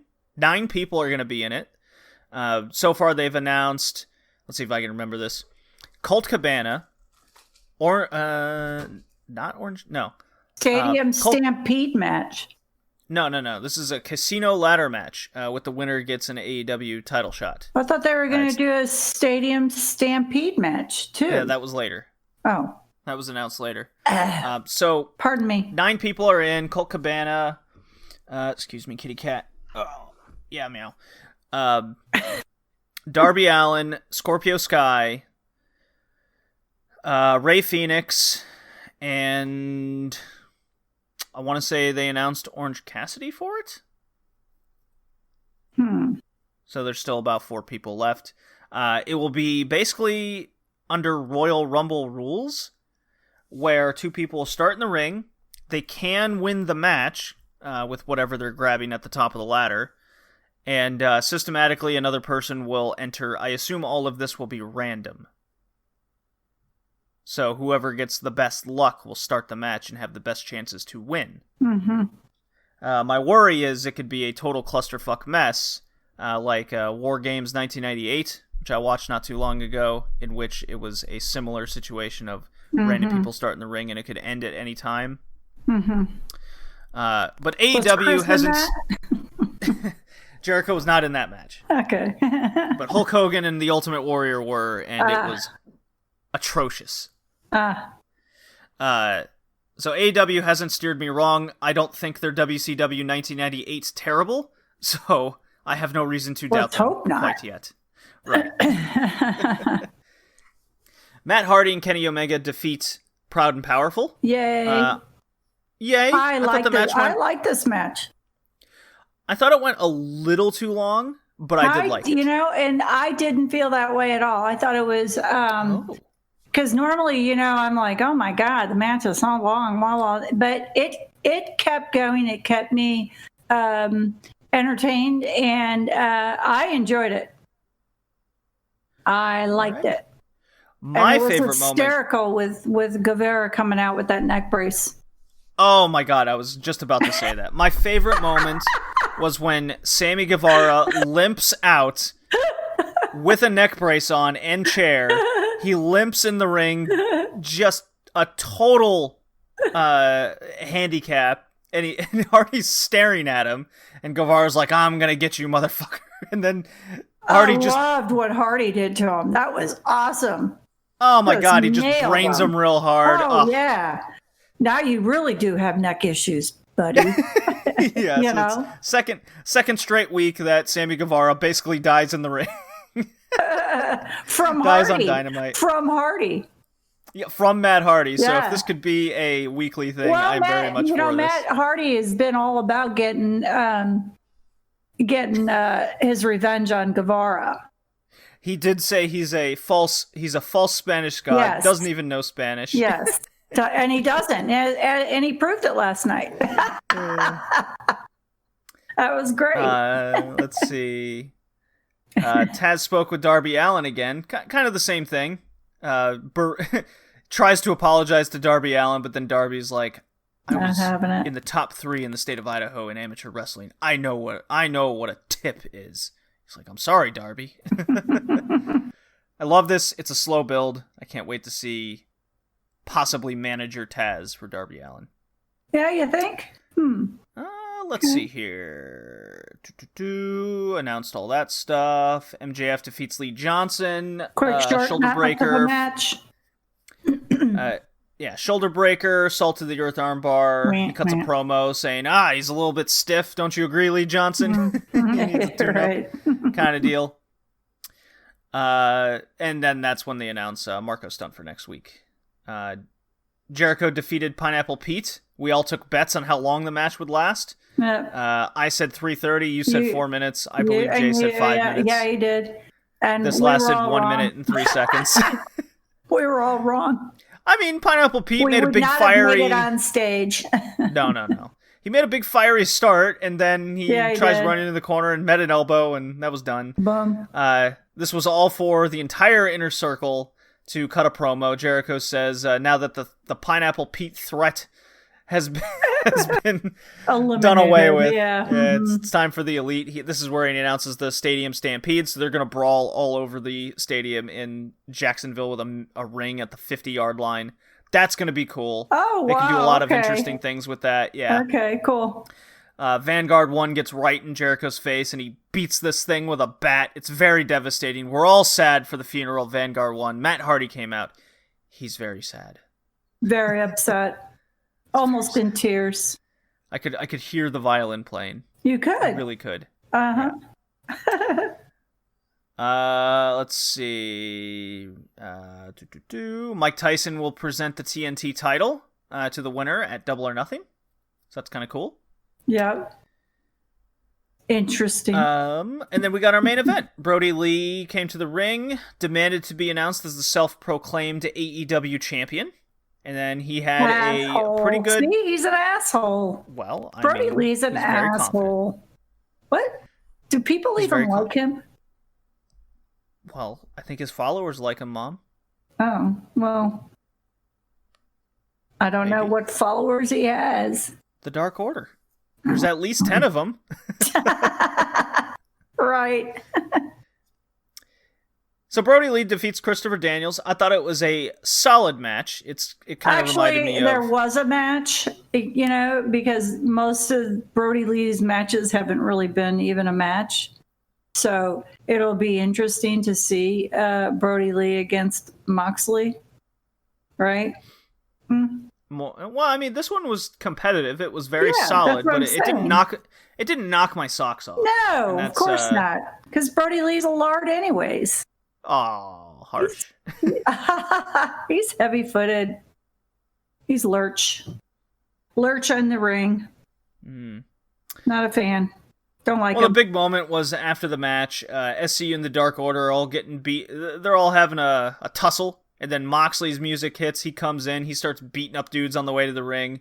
And my favorite part was Brody Lee and 10 are outside the ring. Lee chucks a Dark Order member in to be sacrificed to Moxley. Right. And that's where he like turns around, snaps his fingers, and him and 10 walk away. He's like, "We're out of here, boys." Yeah. It's very good. I like that. And Moxley cuts a fantastic promo for almost a hailstorm of violence at Double or Nothing. He sounded a little bit kind of mental about it. He's very upset. And as he should be. I'm pissed. Well, I'm in the ring with him. I'm going to kick some ass. Bring it. Bring it. Oh, man. What was it? You dirty rat. Join the Dark Order. Who's the dirty rat? Who is the dirty rat? He never said that, by the way, James said he never said that. No. All right, so finally, did who's your favorite from the Super Dark in this Dynamite show? So my favorite match was the Omega Hardy Santana Ortiz. That was my favorite match. I got three stars for that. Then actually, I really like Jungle Boy. He makes your list. He made my list today. Yeah. He made the list. Eventually, you're gonna have. It seems like you're gonna have the. I'm gonna have entire the whole AEW roster on there. I'll have the whole roster on there. Only one person, still to this day, only one person has made it twice. Who? Who made it twice? Moxley. Hangman Page. Oh, Hangman! I miss him so much. He's in the woods getting. What did Jericho say? He's in the woods picking berries or something. Yeah. All right. Yeah, I miss him. I'm surprised he wasn't in, but I think it'll be after Double or Nothing. Oh, you think? Okay. I think so. Okay. Maybe. I don't know. I don't know. Maybe he will be at Double or Nothing. That's possible. Okay. All right. Well, we got other stuff to record. Thank you for joining me on another AEW episode, Mom. You betcha. Enjoy. We got Double or Nothing for the next cast. Can't wait.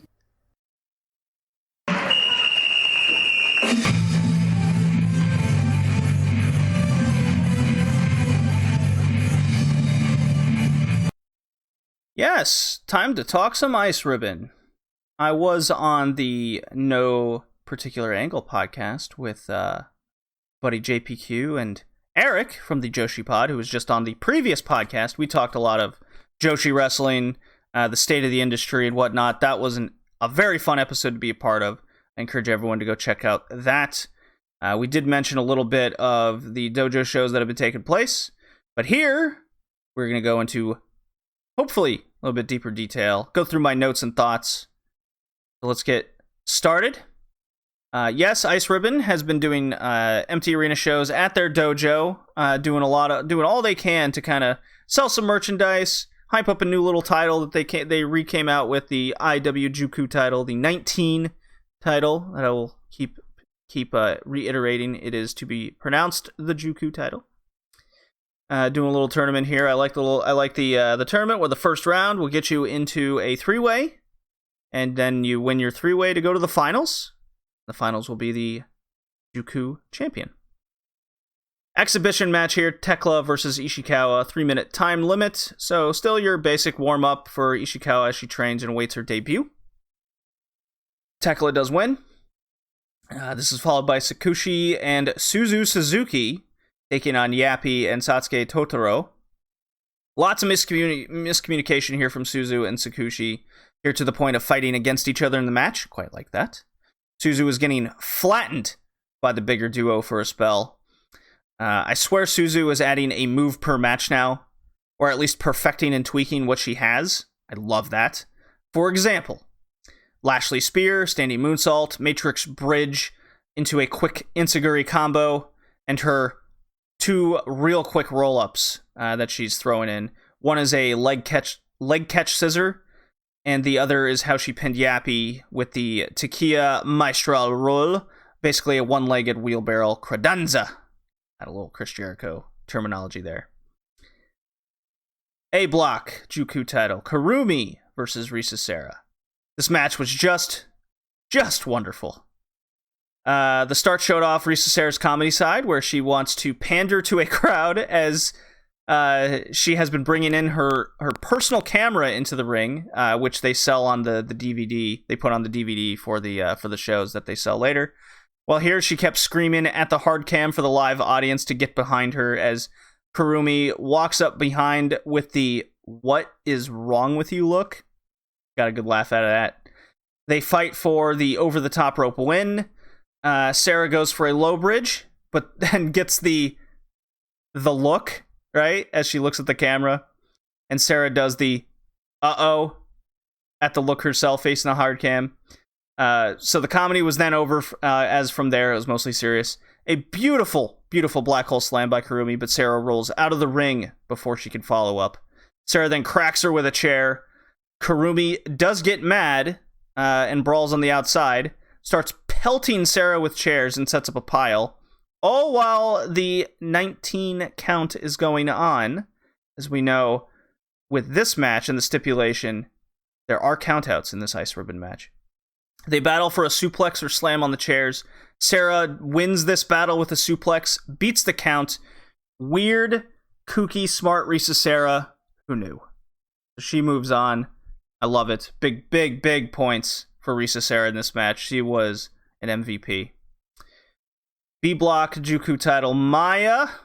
All belts versus Matsuya Uno. So Rebel Enemy versus the Joint Army here. Snow versus Ink, you will, if you're up on your Japanese terminology.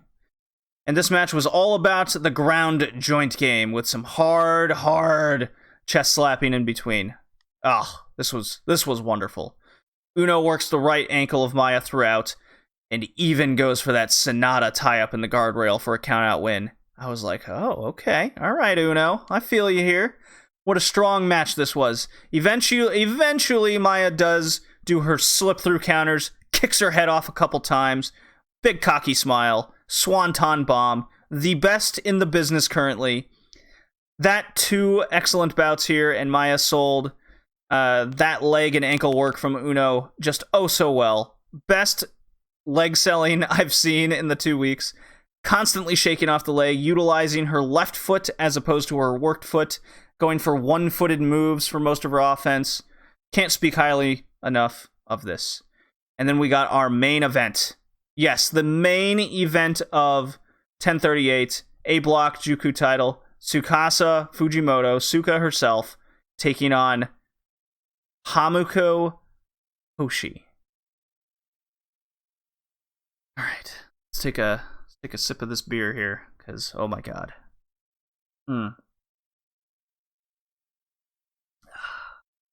I went in asking, why in Moses is Hamuko in the main event? And then to my shock, Sexy Dynamite here, Venus shoots Tsuka and off to the races. I can't believe I'm saying this, but this match was really quite good. Not great, because Hamuko's in it, but so much better than this had any right to be. Now, I wasn't going in with the expectation of a Tamino level match, or even a Nia Jax level match. I was in it for a Hamuko Hoshi match. You know, just a veteran that just never got good in the ring. But knows comedy spots and the whatnot, right? Knows their offense and can at least execute it to a decent degree with some slip-ups in between for me to just laugh at their incompetence. The match structure was very solid, the building up to bigger and bigger moves and near falls, the pacing. Tsuka was extremely determined to make this match something to pay attention to. After the clock ticking down, once that 10 minutes hit, because as we know, there's a 19-minute limit in a 19 title match, the match went into near fall mode. Ooh, come on, that beer can't be kicking in just yet. Constantly getting closer and closer with each preceding near fall.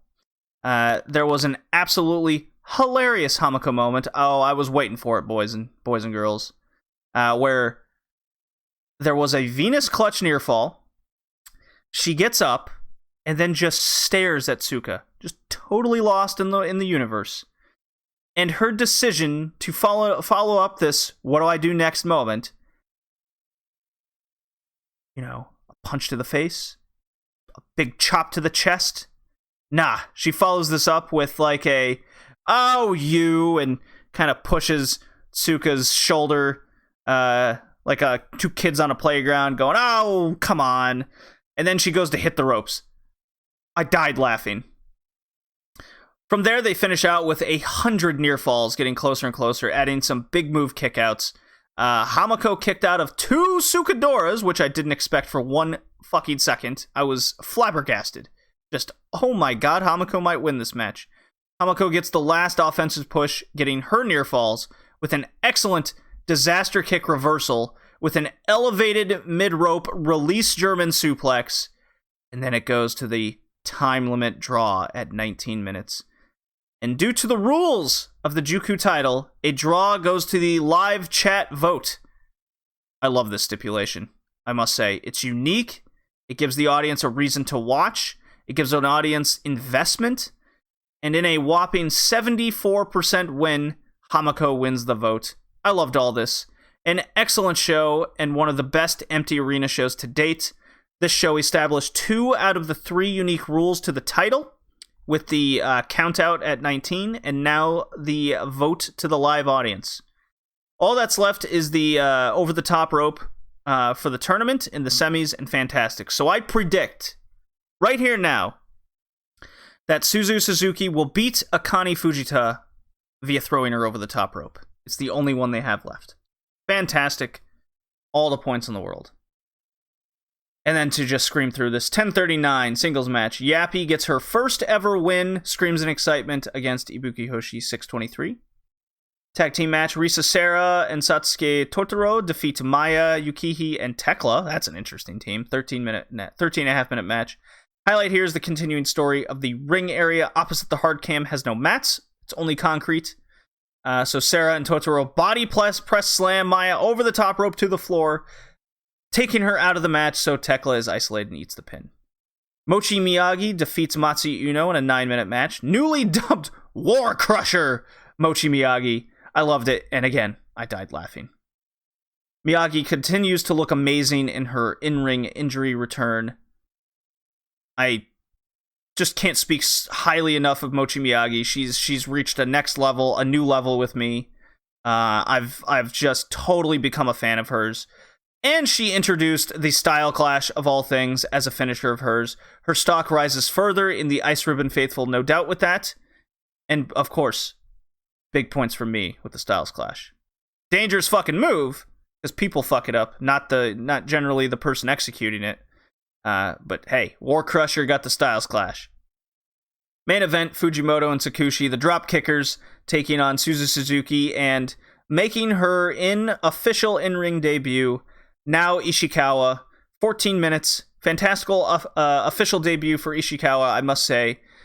Teaming with the young upstart Suzu here. Basically, it's the vet team drop kickers giving her the Yuji Nagata welcome to wrestling treatment, which means hard slaps, chops, and extra hard slams. I love a good young lion beatdown. A simple match to highlight the rookie. Good little house show type here. And, let's see. 10:40. Oh my god, there's another Ice Ribbon show. That was actually 4 Ice Ribbon shows. No, it was 3. Never mind. I just went so long on 10:38. Oh god, more beer. Let's get more messed up. I got a Twitter notification. What's going on here? Oh, no big deal. Okay.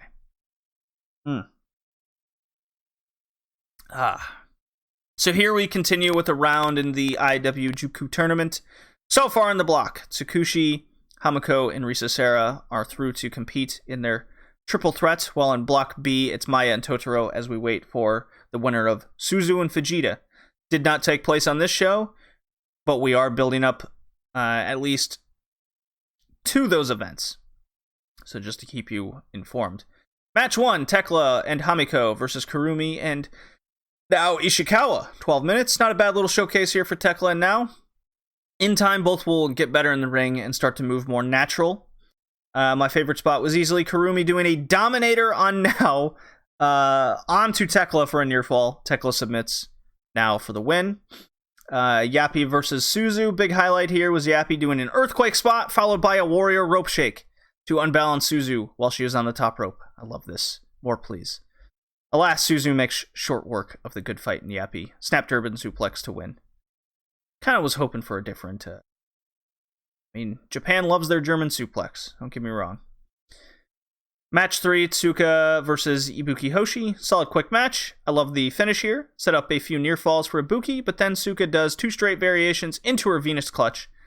Then Ibuki tries a power-up forearm, but then gets Shinsuke'd into a rolling armbar by Tsuka, whom transitions into her new cross-armed camel clutch for the submission win. Thought that was real nice.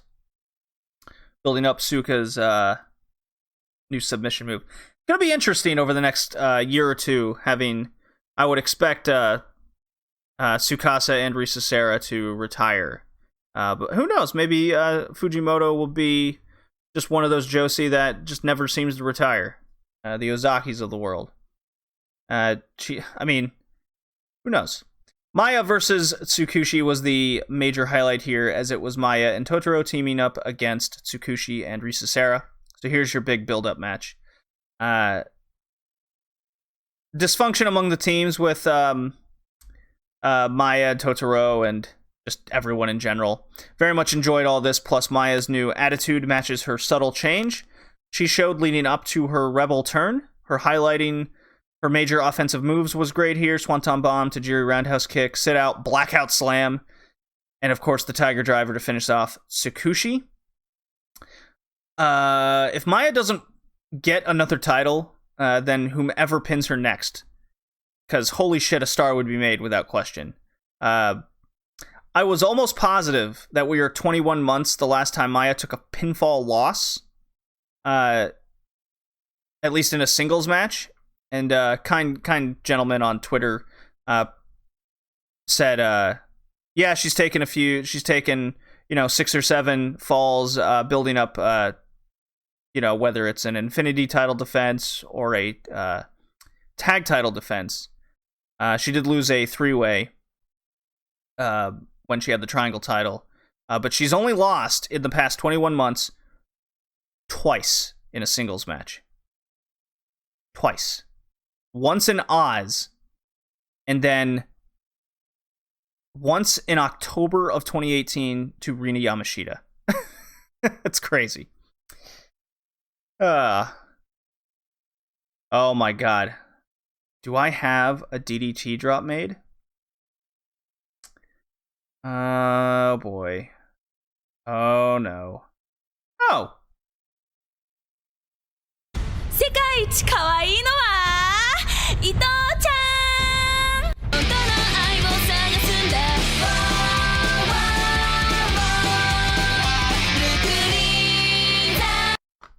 Yeah, buddy. My god, now I have an excuse to play the Maki Ito music. Oh, that makes me happy. Everyone, grab your beverages and drink to Maki Ito, the greatness that is the cutest in the world. Well, so DDT started a weekly show, and I just had to check it out.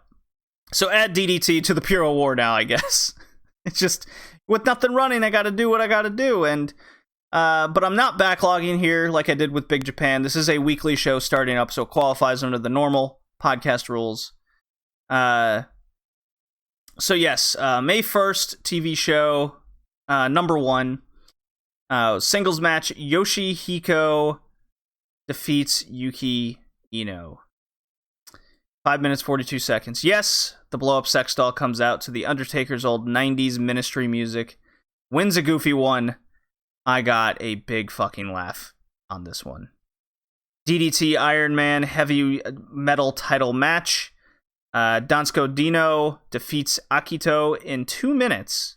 A short match ends via nutshot from Dino and rolls him up. And then they do something really interesting, which is they replay the events kind of like a manga presentation of what went down, play-by-play thoughts and compilation from the wrestlers, replaying everything. But unfortunately, there's no English subtitles. It's all in Japanese. You can follow along for the most part, kind of follow along the story being told. But yeah, definitely lots were lost in translation on this one. One of my favorite matches of the TV show so far, this is both of them, is the Chris Brooks and Maki Ito tag match defeating Hiroshima and Pokitan. Yes, same Hiroshima we just saw go to battle with Masato Tanaka. 13 minutes. Extremely entertaining. The combo of Maki and Brooks is just excellent. Beating up the mascot, Poketon, was absolute gold material. From the ref not allowing the wet willy spot because of the coronavirus, to Brooks asking who's the cutest in the world, to no crowd. And then Maki gets in to show how it's done. She says, you know, her, Maki does say her little phrase. 世界一可愛いのは Yeah, she says that, and she does the, like a fake audience of men, you know, for Ito-chan, and then she goes, arigato, and does the bonk on the mascot's head. I died laughing. Yeah. The rivalry of Poketon and Maki made me laugh hysterically. They're both giving each other the middle finger, treating each other like shit. Maki's just devastated with this disrespect. The best spot for me was Brooks taking the mascot's head during a Poketon fiery comeback on Maki. Hits the ropes, and then as he's coming back to I guess, headbutt Maki that's on the ground, Brooks chucks the mascot head at Poketon like a torpedo. It does, like, you know, I talked about Dana Brooks slipping on a wet floor. Imagine slipping on the wet floor as you're getting torpedoed with a big mascot head. It was great. Maki then puts the head on, mid-rope headbutt for the win. Great and entertaining match. Just, I can't speak highly enough of this. Three-way match, Mao, yes, same Mao. Konosuke Takashita, yes, same one. And Naomi Yoshimura. Kind of had high hopes for this match as a three-way, 12.5 minutes. It was just too goofy, very sloppy, not very good. I think they were just trying new things to make it entertaining in an empty arena, which I do appreciate. It was just the wrestling wasn't all there. Didn't feel it. Mao wins. Universal title match, the real Universal title. Daisuke Sasaki defeats Antonio Honda, 13 minutes. I thought it was very entertaining. I like Dr. Sasaki here more because he's a way better wrestler and made the most out of Honda from that standpoint. Honda's comedy just wears on me for what that's worth. Best part here is the brawl backstage to where there's a bar set up where Poketon is serving up Sapporo beer. So mid-match, they do a beer break, and then they do some well-placed ads. I laughed. And then we had our KOD Openweight Title Challenger Sword match. Yes, if you're the number one contender, you have a sword for the KOD title. Tetsuya Endo is the sword holder, so Kazusada Higuchi was challenging him for the sword. 24 minutes and 15 seconds. This match just flew by. One of the better all-around empty arena wrestling matches, I must say. I like this match more than the Moxley Kazarian match. Higuchi is this old-school look and style wrestler with a bit of a power sumo in his repertoire, for reference. And Endo is a total beast. Moves like AJ Styles, performs like Ospreay. Except he's not as good as either. He's getting there, though. He's getting there. That's a very high bar. I know, I realize what I said, but Higuchi finally does win this bout via the Canadian backbreaker into a chokeslam combo. Not a fan of that finisher. It seems good on paper, but when it was executed, it comes off as kind of weak. But I do recommend this match. It was very, very good. I love Tetsuya Endo. Excuse me, he's built like a brick house. And Higuchi is a new challenger. Saw Endo at the top, for a long time in DDT. So I do like Tanaka versus Higuchi. That's pretty damn cool. Assuming Tanaka wins his TV 2 May 9th defense. So let's get into that. Saki Akai and Mizuki Watase versus Saori Ano and Yukio Naya. Yeah, Saori Ano. An extremely rough match to watch, I must say. Yukio is very, very green. The real star here was Saori Ano. Yes, I'm saying it. I haven't seen her wrestle in forever. And my, has she improved leaps and bounds in both ring savviness and especially on the character standpoint. Big swag feel coming from Saori. She beats all the let me rephrase this. She beats the all-legs Saki Akai, yeah. Yeah, excellent bridged out German suplex. Very good stuff. Saki Akai is kind of a staple of the DDT roster. She's a long-legged, idle looking Joshi. She's not the best in the ring, but she gets a fuck ton of sympathy, just super easy. Gives me kind of that Miss Hancock, Stacy Keibler vibe to it all, except, of course, Saki Akai, I will say, is a better wrestler than Stacy Keibler. So yeah, I don't know, just gives her the big swag after the match, and Saki was just, so sad. And you know me, anyone named Saki gets no sympathy from me, at least. All these Sakis in the world are pure evil, as far as I'm concerned. Akito versus Yoshihiko. Yes, the sex doll has returned, and this match was utterly ridiculous. Pretty amazing watching wrestlers have better wrestling matches and better booking, mind you, with a blow-up sex doll than real people. It's outstanding, right? Akito works the legs of Yoshihiko, which I have Yoshiko in my notes, but proves too much as the tides get turned at the end with a half Nelson, followed by an epic Canadian destroyer. Unfortunately, Takashita interferes. That rat bastard. I believe it was the same guy that called out Yoshiko on TV show 1. He beats the hell out of her, wraps her around the post multiple times, takes out the legs, throws Yoshihiko back in, and the ref too, for Akito to pick up the win and take the forearm gauntlet prize. Bastard. Iron Man heavy metal weights championship 4-way match. It's Dino versus Harashima versus Somo Takao versus Keigo Nakamura. So yeah, this was pretty good 3-way for a while. I know I said 4 names, but Dino just didn't show up. Well, he had a plan. This devious Dino waits until all the parties involved are exhausted and he pounces. His music hits.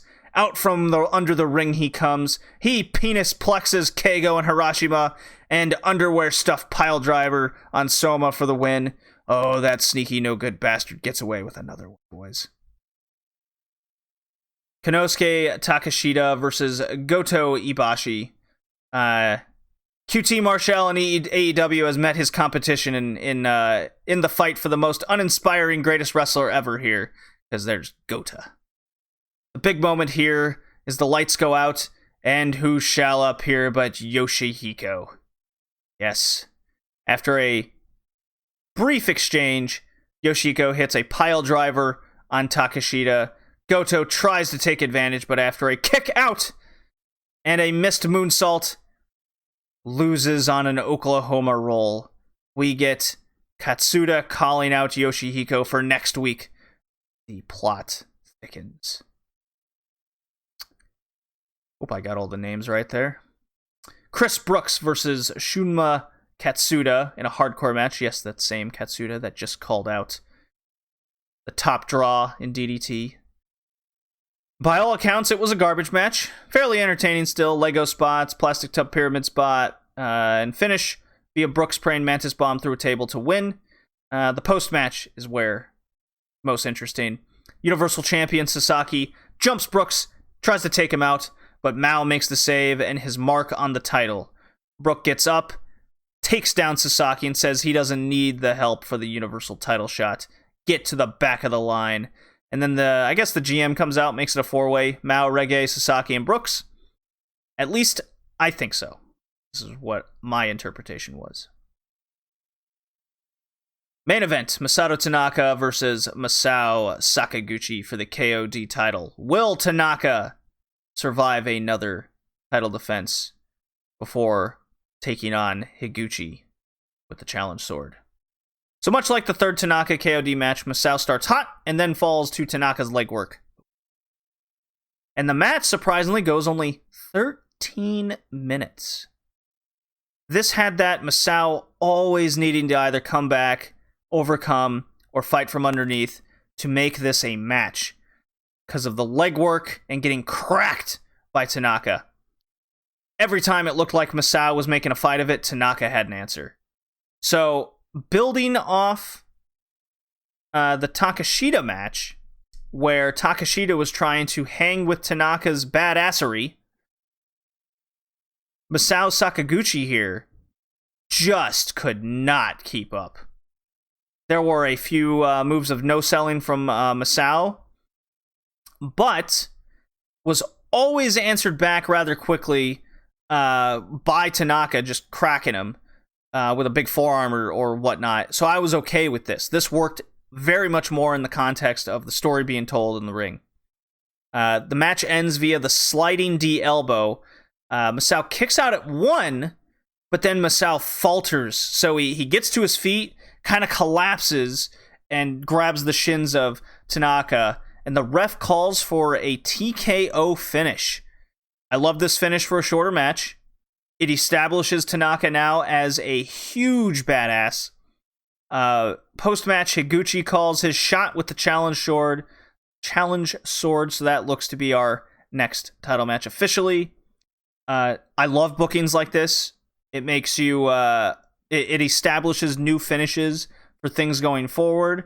And, the previous one told me that story. This one exacerbated the story in a good way and executed very well.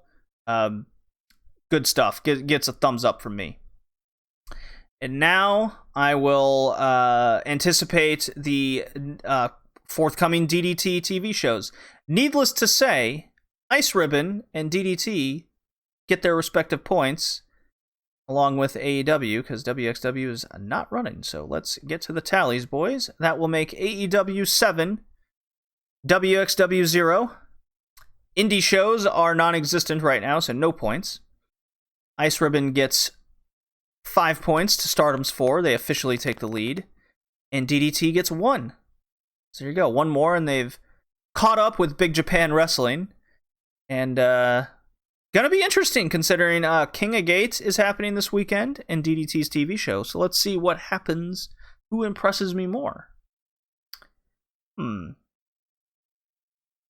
So yeah, with Big Japan possibly closing down, I might just erase that from records, but because they got the pity points from me, I guess.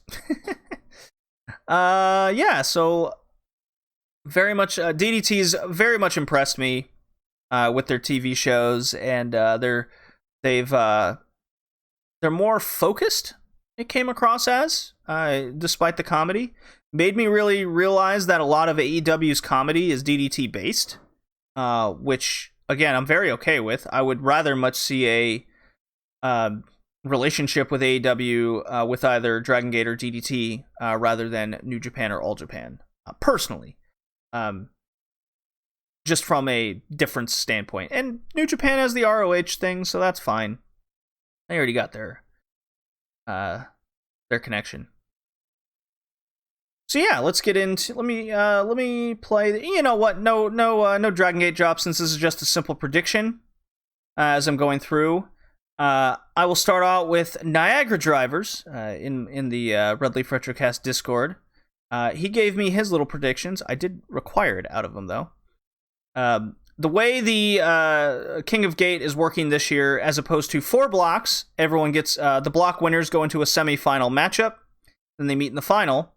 This year we will have 3 blocks, and then a revival battle royal for the 4th and final semi-final spot.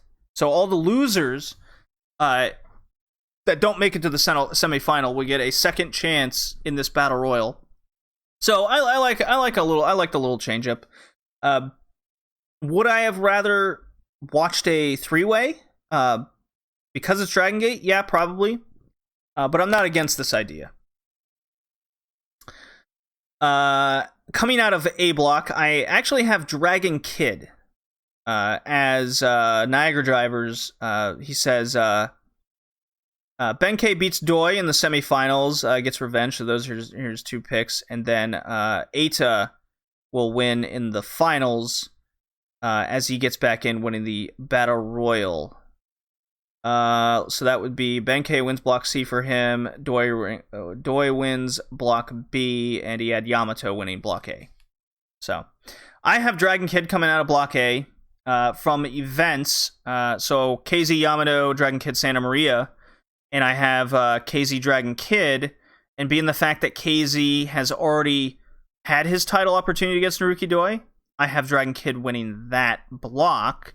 What could totally backfire is indeed, I think Yamato I think that's the safer pick coming out of Block A. I'm really banking on the BB Hulk and Yamato rivalry kind of costing each other the match. And being that BB Hulk is part of Red, that very much could be the case. And that's kind of what I'm banking on here. And Dragon Kid always makes a good run of these King of Gate tournaments. Block B, I got Ishida, Okida, getting to that little spot. And then Kai and Doi. So Kickboy against Doi, and then Doi wins coming out of B Block. Again, that would require kind of the BB Hulk getting his opportunity squandered. And they've been building up the Ishida-Okida rivalry and Brave Gate stuff. And this could kind of lead into a excuse for Okita and Ishida because the weight discrepancy. This is their kind of blow-off feud matchup. If they are going to go through with the Brave Gate, then again, I could see this backfiring with the whole BB Hulk situation. But I do, even with BB Hulk, I see Doi coming out of B Block. Pretty standard. C Block, Benkei, Eita, Mochizuki, Dragon Daya. I have Eita beating Benkei, to right the wrong from last year. And then Daya, being that the push of Dragon Daya has been astronomical, like not taking a pinfall since, I want to say, October last year, something nonsensical. I have Daya getting a huge win over Mochizuki. And then Eita beating Daya. With the Battle Royal winner being Benkei, and then the finals being Dragon Kid versus Eita, as Dragon Kid will beat Benkei and Eita will beat Doi, or Dragon Kid beats Doi and that sets up a match or whatever. Regardless, I have Eita winning, finally winning the big one and getting into that main event scene. I think that also continues the story of Eita getting to that top level stature to ultimately continue that story of wanting to retire Yoshino. So I could see Eita beating Doi for the title later this summer or at the end of the summer, and then Yoshino kind of wanting to go out with the title and Eita beating him and retiring him. It's kind of the direction of the stories I have in my head where this is possibly going. Again, my total backfire, my plan could be Yamato and BB Hulk just running the table, right, and them meeting in the semifinals, and it could be like a Yamato Eita final, right? Very much could be the case. And boys, with that does it for. I didn't make my timestamp on my Dragon Gate, but that's okay. I'll just kind of shoehorn it in with my DDT notes in the description.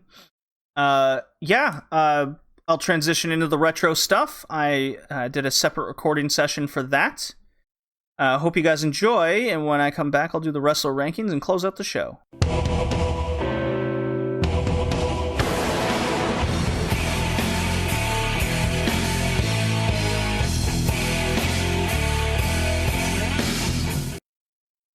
Yes, it's that time. It is the retro time. I'm back. After talking all that Joshi and all that Puro, it is the retro section of the podcast where we talk All Japan Women Classics, New Japan through the 90s, and of course going through the years of WCW.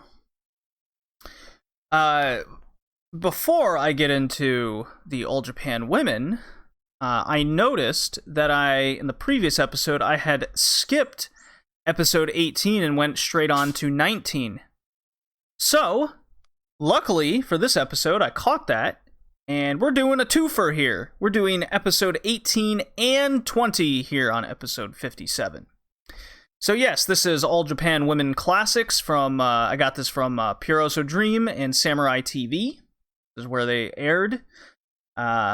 Episode 18, all these matches are from All Japan Women, as you would assume, at the Ota Ward Gymnasium from April 15th, 1987.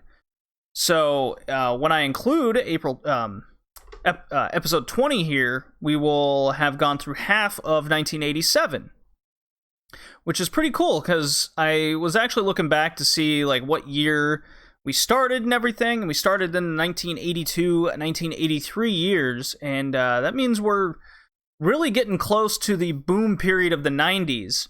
And I've noticed as we're going through 1987 here, with the unfortunate 24-year-old retirement of Jaguar Yokota, and she's kind of taken over the dojo at this point in time. She's training a lot of these young up-and-comers that we will see crop up in the next 1, 2, 3 years in 1990, and it's going to be very interesting from this point forward. Whom shows up when, whom improves and how, and we're already starting to see the fruits of the labor with a couple of people that we'll end up seeing here. But we're in the heart of the Japanese Grand Prix here in 1987. It's All Japan's form of the G1. You might be more familiar with that terminology in New Japan. A little history of the Japanese Grand Prix is apparently All Japan would kind of go through different phases of the format of the Grand Prix, whether it was a round-robin tournament with 8, 10, 12 women, or it would be a, New Japan Cup knockout tournament style with more women involved, but again, you would just, it'd be one and done kind of situation here.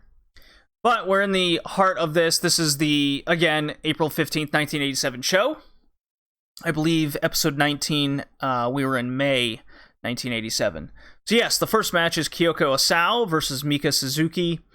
Couldn't find any info on either of these two. A very basic opening match card here from All Japan Women as usual. Two women run at each other, hitting all the basics with no real selling until there's a winner. Moving on right fast because we got a lot to get into. Japanese Grand Prix League, Chigusa Nagayo versus Devil Masami. So glad I caught my mistake, because this match was glorious. Nagayo kicking the shit out of Masami, and Masami going full super heel. The key points here is Masami powerbombs Nagayo as the crowd starts chanting for her comeback, and Masami follows this up with the cocky clapping to the crowd, gets the boos. Oh, it was great. Immediately stops the chanting for the big babyface Nagayo. Another point cued events of Masami gets handed this long lead pipe and proceeds to attack Nagayo with it. It was kind of out of nowhere, but Devil Masami has this better known as tweener character in this day and age. She was indeed a heel, and people tend to forget that because she's on that border of badass and cool, but she needs to really lay into the super heel tactics when up against the big baby faces of All Japan, the Lioness Asukas, the Chigusa Nagayos of the bunch. So yeah, she gets the lead pipe, top rope, crazy sadistic face. She swings and misses, hitting the guardrail twice, creating this big clang sound. It really lets the crowd know it's a real fucking pipe that she's swinging here. As soon as she starts hearing the crowd gasping, because they're realizing the same thing, she goes full killer mode. She chases Nagayo down. She's just beating her with it. The crowd is beside themselves with this. I absolutely love it. Masami gets back into the ring, and of course, bad mood for the ref to really try to get this pipe away, and to just exist in the ring with All Japan Women bearing weapons. She gets taken out and back to killing Nagayo for Masami. I love this so much. In the only finish that could possibly happen with all this bullshit, Nagayo grabs a chair, gets in the ring, and they go to war. she's swinging the chair. Masami is full lead pipe swinging this chair. It kind of gimmick busts it in half. This goes to a no contest. Only way this could have finished. I absolutely love this. This is very old school tactic here. It's very interesting when I'm watching this with 2020 eyes, because so much over the past couple decades is, oh, we don't want either to lose, we got to keep them look strong, so it would normally be in this day and age, a bunch of people hit the ring, it's an immediate DQ, or person just like in this case, Masami would just get a pipe, hit her, and then auto DQ, match just ends. Here, this allowed Nagayo to fight back, look strong. They go to war, right?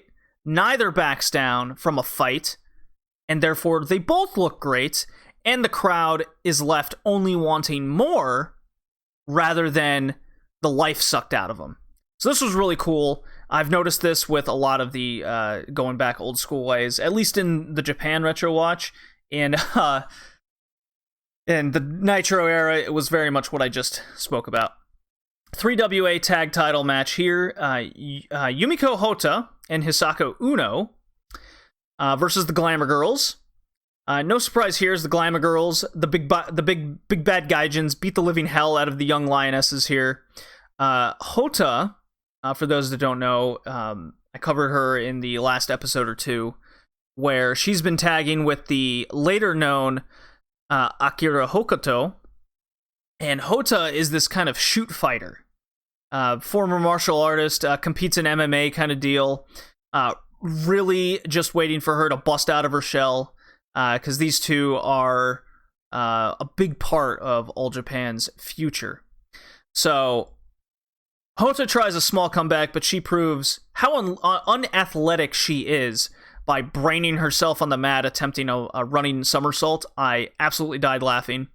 Judy Martin does a falling powerbomb to get the first fall. Uno gets her ground game going as she gets in the ring, does a top rope crossbody from the top to the floor on Kai of the Glamour Girls. Kai couldn't answer the count due to her elbow being nursed. It was noticeably heavily wrapped up, so it's entirely possible this elbow treatment was both a shoot and part of the story, as in she was legit injured, but I think they were going for this story to begin with. Martin runs a bit wild, then randomly Dump Matsumoto rushes the ring to stab Yumiko Hota and Uno both. I can only assume that she has a future matchup against one of them in the Japan Grand Prix, or she wants to cost them the tag title so her group, Gokuaku Dome, could easily go after him. But Uno bleeds, then gets her hair cut for good measure. Needless to say, the crowd is absolutely terrified of Dump Matsumoto's presence, and naturally so. Bad place for the ref to be, of course. He gets stabbed too for his good measure. The match just continues on because it's All Japan Women. It's absolutely absurd. I'm laughing so hard. When I first started this and watching, I was really taken aback by the lack of rules, but they've clearly stayed true and stayed consistent, so I could ask for no more than that. Dump no-sells Uno trying to save her partner from being stabbed to death outside the ring. Dump is like, get this child off me. It's hilarious, the look she's given her. And then Dump just leaves. Camera finally gets a good look at her, and Dump has this swastika symbol on her forehead, of all things. Pretty wild. Probably safe to say that wouldn't fly in 2020. We know that, I mean, if you don't know, the swastika symbol, it has multiple meanings. It's not just through Nazis. It also has Buddhist connotations, Egyptian, ancient connotations, etc. So there was a purpose to it all. But yeah, needless to say, it still wouldn't fly in this day and age. And after all this, a snap German pin from Hota on Martin to win. So shocking, actually, when it was all said and done. And then we get to our main event of this episode. It is the 3WA singles title. Yukari Omori, the champion, defending against Lioness Asuka. Now, Asuka earned this opportunity by defeating Crush Gal partner Nagayo in a very epic matchup where they went to a draw multiple times, and then upon, I believe it was the third draw, it just went to a decision in which Asuka ended up winning. So here we are, it's the title match. And the most boring champion ever, Omori, here to defend, and her entrance jacket is this massive gold thing with shoulder pads of comical epic proportions. I can't even describe this to do it justice, but I will try anyways. These shoulder pads were like 2 feet long and 1 foot wide. I couldn't believe my eyes. You have to see this. I did post a picture on my Twitter at BowlingJD. It's absolutely great. So she went from this badass Mad Max looking character to at least give me some hope of a character turn, and now she's coming out with this ridiculous gold jacket. Lioness Asuka, of course, is buried in streamers to a very fired up crowd. Asuka runs wild, trying a quick series of moves, kip-ups, keep the pace while Omori, being terrible, just can't do anything, no sells, awkwardly tries to attack back. So how do you make a good match out of this woman, Omori? Well, Asuka proceeds to ground her with her submission holds, which she's very good at, or throw her around, which is exactly what Asuka does. I would also be mistaken without mentioning throughout this night, the very hard AJW mat was absolutely filthy with various debris and confetti. Just sweating, just sticking to all the wrestlers.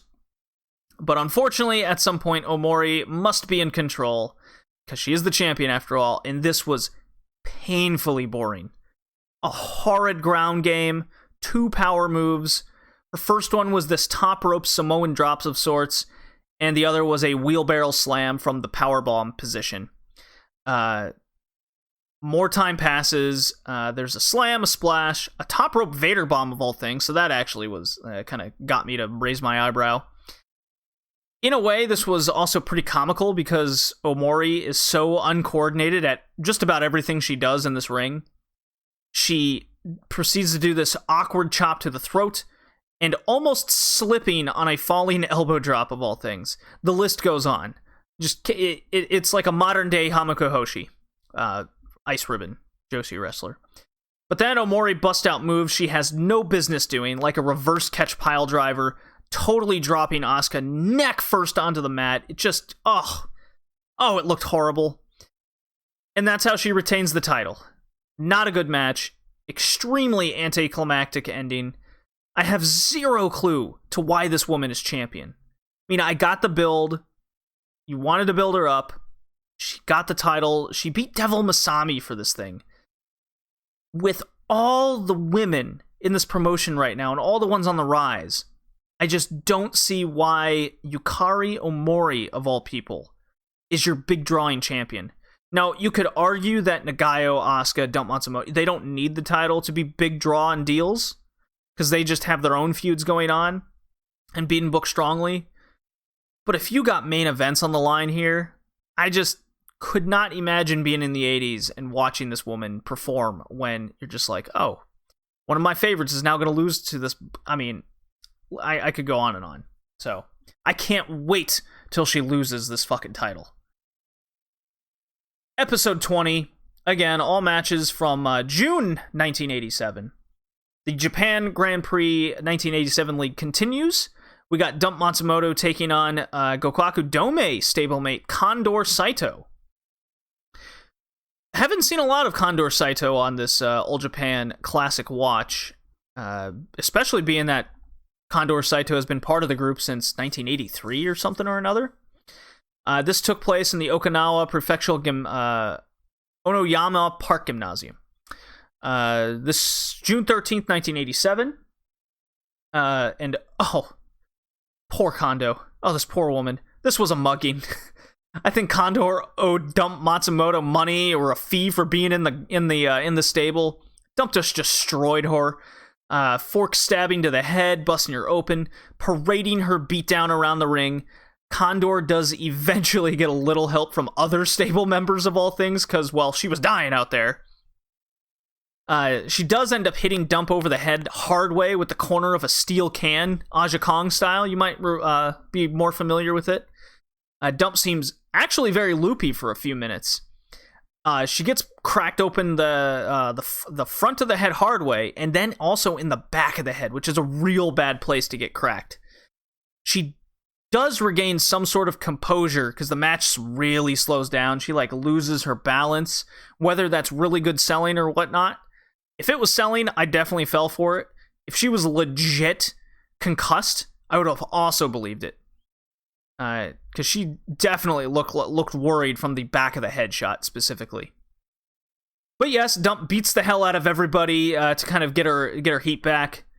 Big lariat ends this bloody mugging as Dump stands tall, foot on the chest to get that pin. Post match, this was really cool. I really like this. Dump pulls Condor up, puts her on her back, piggyback style, and carries her out of the ring and to the back. So Gokaku Dome till the end. So that tells me, hey, we're stablemates, but this was simply business here. Sorry you had to go through that. It was great.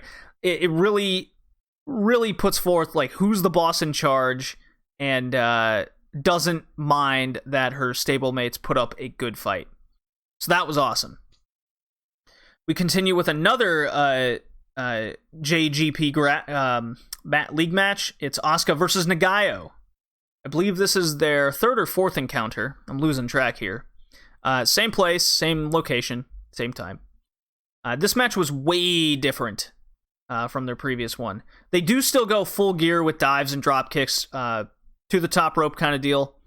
Asuka has this new boyish haircut, though, and Nagayo now at this point has her fully grown old hairdo back. Lots of suplexes, submission mat work here, so that's nothing new. But not a whole lot of selling compared to the previous encounter. So the previous one went to that decision draw. Basically, this match was their 50-50 trading, but this time there was only a few near falls. A few from Asuka after, say, her big swing, in which Nagayo got her foot on the ropes, while when Nagayo countered with a German suplex, Asuka kicked out of this move. So that was very noticeable. The match ends with Asuka hitting a one-legged half Nelson suplex pin, the same move that B. Priestley does in Stardom today. That was cool to see. I was kind of shocked Asuka got the straight win here for a couple reasons. One is she just had the title shot to Umore and lost. And two is the fact that she had the decision win in their last match. So I thought Nagayo was going to get the one over here. Instead, this now establishes Asuka as the better Crush Gal, making Nagayo the chaser on two fronts to get to the top. So that creates a much longer, long-term story for Nagayo as she continues to fight to the top. All Japan Women Tag Title, the vacant tag titles, mind you. I guess Dump Matsumoto... No, Bull Nakano was indeed injured, unless that was in episode 19. Regardless, it is Mitsuku Nishiwaki and Kyoko Aso. Jesus. Let me try that again. Mitsuku Nishiwaki and Kyoko Aso versus Kumiko Iwamoto and Drill Nakame.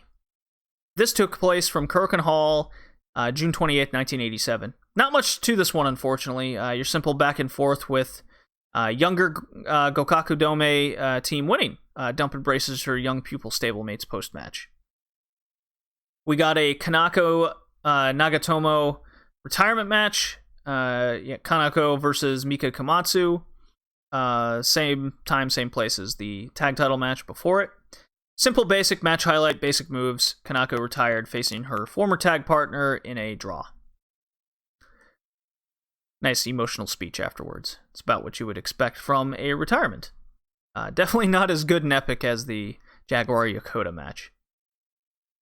Then we got our final match. It is the Japanese Grand Prix second place tiebreaker match. I had to look this one up specifically. They held the tag rope of some kind pre-match for some reason. I'm not really sure why, but it is Dump Matsumoto taking on Yumiko Hotta. So yes, that's the same Yumiko Hotta that we saw in the 3WA tag title match against the Glamour Girls. And boy, has she changed her look over this past month. She looks a bit more fit. She looks like she's a little bit more comfortable in the ring, possibly because she was facing a lot of veterans. So I actually looked up the history and standings of this thing. Nagayo, Dump, and Hotta all had 9 points at the top of the table, with Nagayo having, I guess, the tiebreaker wins over them. And so that left these two battling for second place to face Nagayo in the finals. Dump is still sporting the swastika on her forehead a month in. And this match went 5 minutes, wasn't much. Hotta really tried her best to fight the large Dump Matsumoto, but alas, only got a couple power slams in, couple strikes. Dump just lariats her for the win. Not much to this one. I thought this is where perhaps Hotta kind of would show me why she's a legend, but it certainly wasn't this match. Just waiting for her to break out of her shell.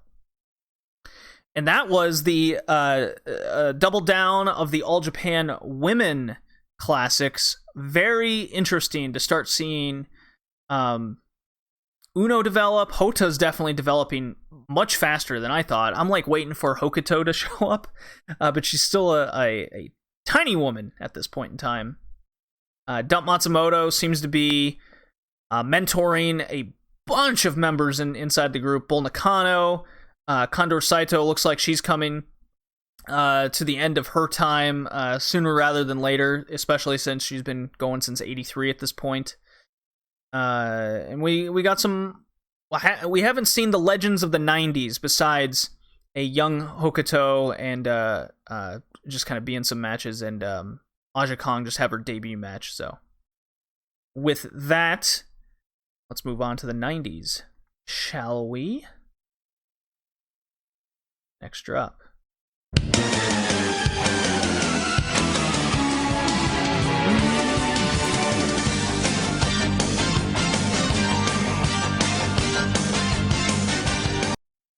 All right. Gotta make my time stampos. All right, New Japan through the 90s. We are concluding 1991, and with that, I gotta get my nice Woodford's Reserve bourbon here. Oh, that is lovely. Yes, finishing 1991. What's available in the archive, aka the fall of 1991. We start out with a banger. August 12th, 1991, Ryogoku Kokugikan Keiji Muto versus Masahiro Chono, the G1 Climax Finals of 1991. The match goes 29 minutes, 31 seconds. So the story here was Chono on the same night, after 3 grueling nights, had to fight twice here. He went to a 30-minute draw with Hashimoto in their Block B encounter, and then they ended up tying on points. Chono beat Hashimoto earlier on this show in a 15-minute, 15-second win to win the block, all while Keiji Muto had won Block A, beating mainly the big tough guys of New Japan, i.e. the Norton, Fujinami, Vader, but had to rely on Norton and Fujinami going to a double countout, forcing Muto to then defeat Big Man Vader in the main event the night before this one. So the match here, now that we got the story set, the first 10 minutes was mostly your basic submission mat wrestling game, feeling each other out kind of deal. Not much going on here, so that kind of immediately tells me they could have shaved, 4 to 6 minutes off right there. Nonetheless, they broke out hard. Chono with a big suicide dive, top rope crossbody to the floor. Muto then gains control himself with some of his high flying. Then some near falls start to occur at that halfway point in the match, and the audience is buying every single one. And if you look at a lot of the average New Japan timeframes and how they structure out, they usually end about this time with these very same maneuvers. Chono going for his STF. Muto isn't the great Muta, so no heel or miss tactics. He's Keiji Muto here, so they know it's either going to be kind of the full Nelson, Dragon Suplex, the German, or the Moonsault in his case. So yeah, a fantastic moment comes off a Muto counter. He plants Chono in the ring and heads in the direction of a corner buckle to climb to the top for his Moonsault. But then he realizes after a couple steps that Chono is too far. He stops and turns the other way, realizing his mistake, and then he goes to the closer turnbuckle. The crowd gasps upon this. They're just like, oh, he messed up, he's too far. Muto panics, rushes towards the other corner, but he misses the Moonsault here. Oh, Chono takes control. Huge near fall. The battle goes on. And with more appropriate near falls mixed in, such excellent in-ring storytelling and psychology here. It is absolutely outstanding what they are able to pull off with just these subtle movements and planning their moves out accordingly. Again, not saying that those first 10 minutes were entirely forgiven, because like selling or limb work, anything like that, that part didn't really play into much other than they've been wrestling for 10 minutes already kind of situation. But anyways, there's another spot here where Muto is about to get countered in midair by Chono via his dropkick. This is when Muto kind of goes for a missile dropkick or the such. Well, Muto jumps clear over him to avoid, which was really cool. The next attempt, after a couple more maneuvers, so Muto is back on the top rope going for the missile dropkick. Chono this time drop kicks him in midair to counter. Absolutely great. Great example of how even this match was, where Muto's the high flyer and Chono is the, well, shit kicker type of guy. The match ends via Muto going for his moonsault again, but Chono gets his knees up and then stuffs Muto with a folding powerbomb, just kills the guy to win the G1 climax. The elation of the fans was insane. Every fan in the arena pelts the ring with their tatami mats. They just fill it up. So imagine that famous ECW scene with chairs. It's this one with tatami mats, so it's a lot more tame. But it was every single person just chucking their tatami mat as far as they could to try and reach the ring.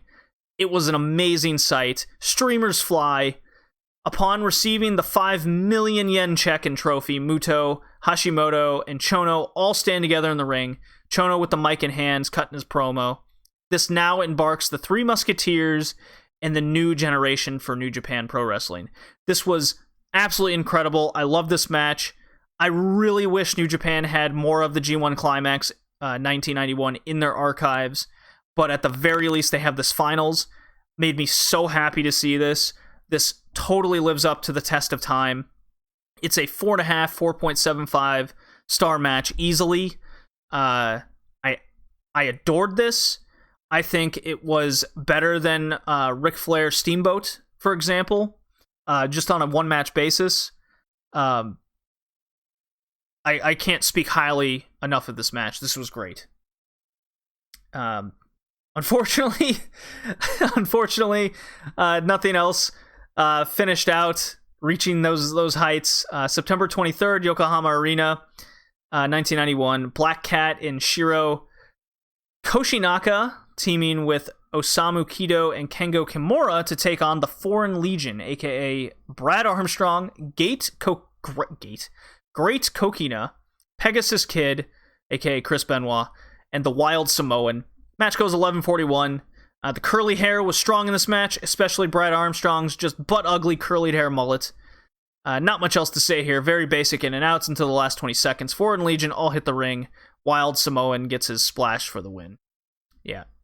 Not really not really living up to the G1 Climax final I had just watched.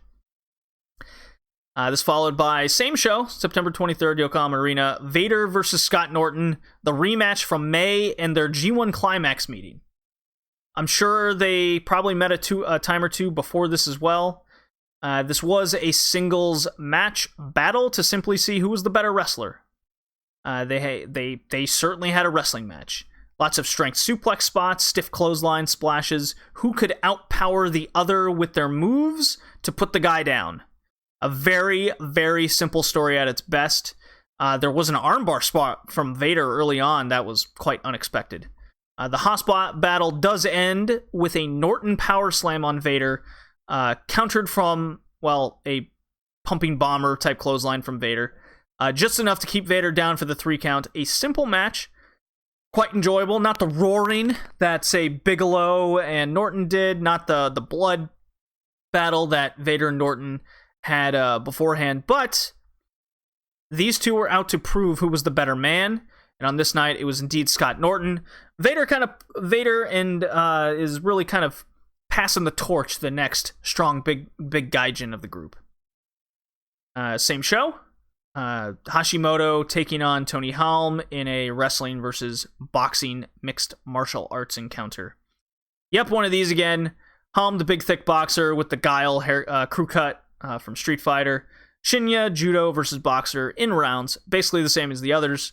Crowd got into Hashimoto fighting back, and when he was in control at least. Control I use very loosely. There was one moment where Halm gets a nice uppercut in, it downs Hashimoto, and while he's on his hands and knees, Tony Halm kind of gives him a nice cocky kick and pushes him over with his foot. That pissed the crowd off, something awful. Just huge boos all around. Halm, just big smile on his face, he got that out of the crowd. And then the next round happens, Shinya kicks him really hard, big flurry, DDT, armbar wins the match. So yeah, Shinya, I really want to watch a Shinya Hashimoto wrestling match and not this mixed martial arts bouts that he's doing. It's really a bummer. And then we got the main event of that September 23 show, Tatsumi Fujinami taking on the Great Muta. Because as we know, whenever Keiji Muto seems to be in kind of a blood feud of sorts, or he's out for a big match, big feel, he changes into the Great Muta character. But this is a non-title match, but it had that big match feel. Muta spits the red mist as the match starts, and Fujinami uses this to pounce. Body slams him, big suicide dive to start this match hot. Muto, before he gets in the ring, he's looking around. He goes up to that post, and he unhooks the turnbuckle padding before trying to get back in the ring. And because he's a cocky heel, or a slimy heel, Fujinami again pounces and rams his head into the exposed corner. They do battle, and Muto pulls out many heel maneuvers during this match. From using what appeared to be a steel medical box, hits Fujinami with, and even a camera tripod, which was really cool. I really like these random weapons, so it's not just like, oh, I'm going to use a kendo stick. Oh, it's always a steel chair. It is the most random plunder you can possibly find, but it all makes sense to be in and around the ring, right? Eventually, after Fujinami sheds some color, he's had enough of Muta's bullshit. Pummels him in the corner without breaking, even shoving the ref away multiple times. Goes up for that 10 punches in the corner spot, right? No, I am mistaken. So he's shoving the ref away, and then the ref is kind of locking arms, trying to really get him away, and that's when Muta goes for the green mist. Fujinami ducks, and it just covers the ref, right? So they go to blows, and Fujinami gets a visual pin via German suplex, but the ref is still down and blinded.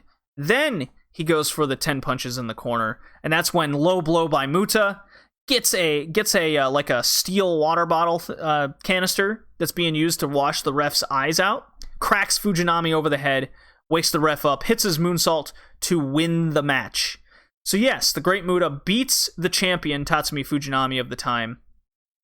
And upon winning this, you can imagine that Muta now has a title match against Fujinami down the line.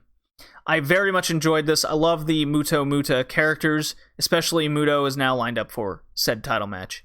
Very good stuff here. Very simple storytelling. Lived up to at least what it was supposed to be.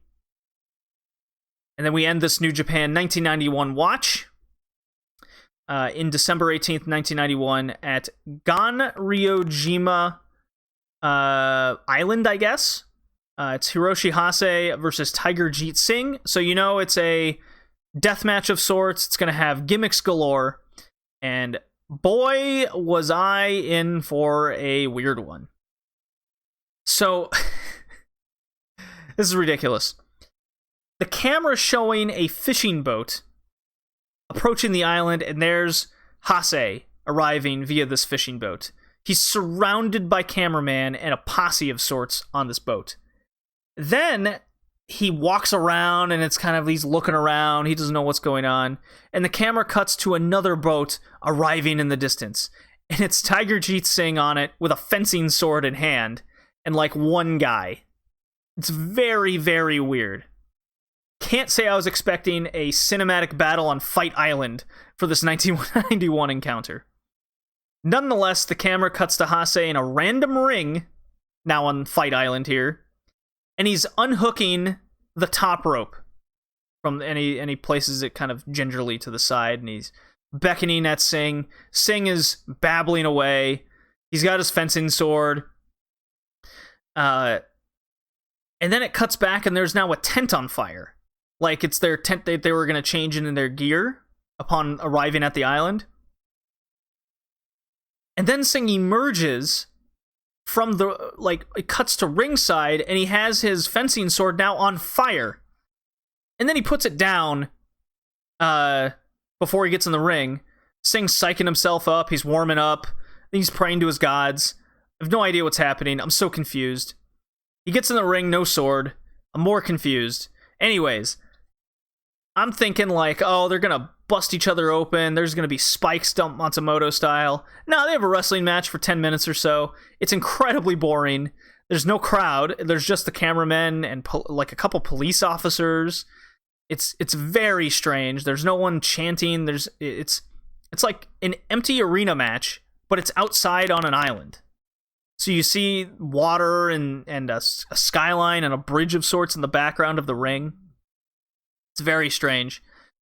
And then Hase gets busted open via the hilt of the sword from Singh. And then Singh chokes him out with a Tongan-type death grip. Hase's right eye is totally swollen shut. Anyway, Singh just gets bored of choking him out, and he's walking away, and he starts babbling to himself. I don't know what's happening. I don't know the point to any of this. There's nothing in the archive of why these two are feuding. Hase gets up and walks over to him because Singh is just, I guess he's gone mentally crazy or something or another. Oh, I killed a man? I don't know. Hase gets a turnbuckle hook, beats him up from behind, because I guess he's a ninja and Singh just couldn't hear him from behind. This is absolutely horrible. But the least I can say is it has blood and guts. Oh, yeah. Hase then chokes Singh out, and they brawl some more in and around the ring. It's just like an empty arena street fight, but with a lot of blood. Hase hits a Uranagi in the ring, Singh's out, and it simply ends. One of the I forget who checked in on him. He just kind of looks over and saying, "Hey, you okay?" Now he's out. He signals, and Hase wins the match. Weirdly boring. And a weird match to close out New Japan 1991. Very odd. I did watch the other match I watched from this time frame. I did only watch the War Games match from WCW, and I watched Mr. Perfect versus Bret Hart from SummerSlam 91. That's a match that kind of holds near and dear to my heart just from old VHS tapes I would rent or record at home kind of deal. What is going on my phone here? There's a billion notifications happening. Why? Hold on. This is ridiculous. This is all live. Okay. There's a billion things happening. Okay, here we go. Mute this conversation. Farming simulator. Do not care. You need PS Plus anyways. Okay. So yes, next up is 1992, baby. Another year is done. Really busted through the first 2 years in just a few episodes. And the first show is the January 4th Tokyo Dome show. Hell yes. So I think this is the first Tokyo Dome show that took place on January 4th. Because the previous two that we had done, 90 and 91, took place in February. So with that, I'm very excited. And we're approaching now WCW. Here we go.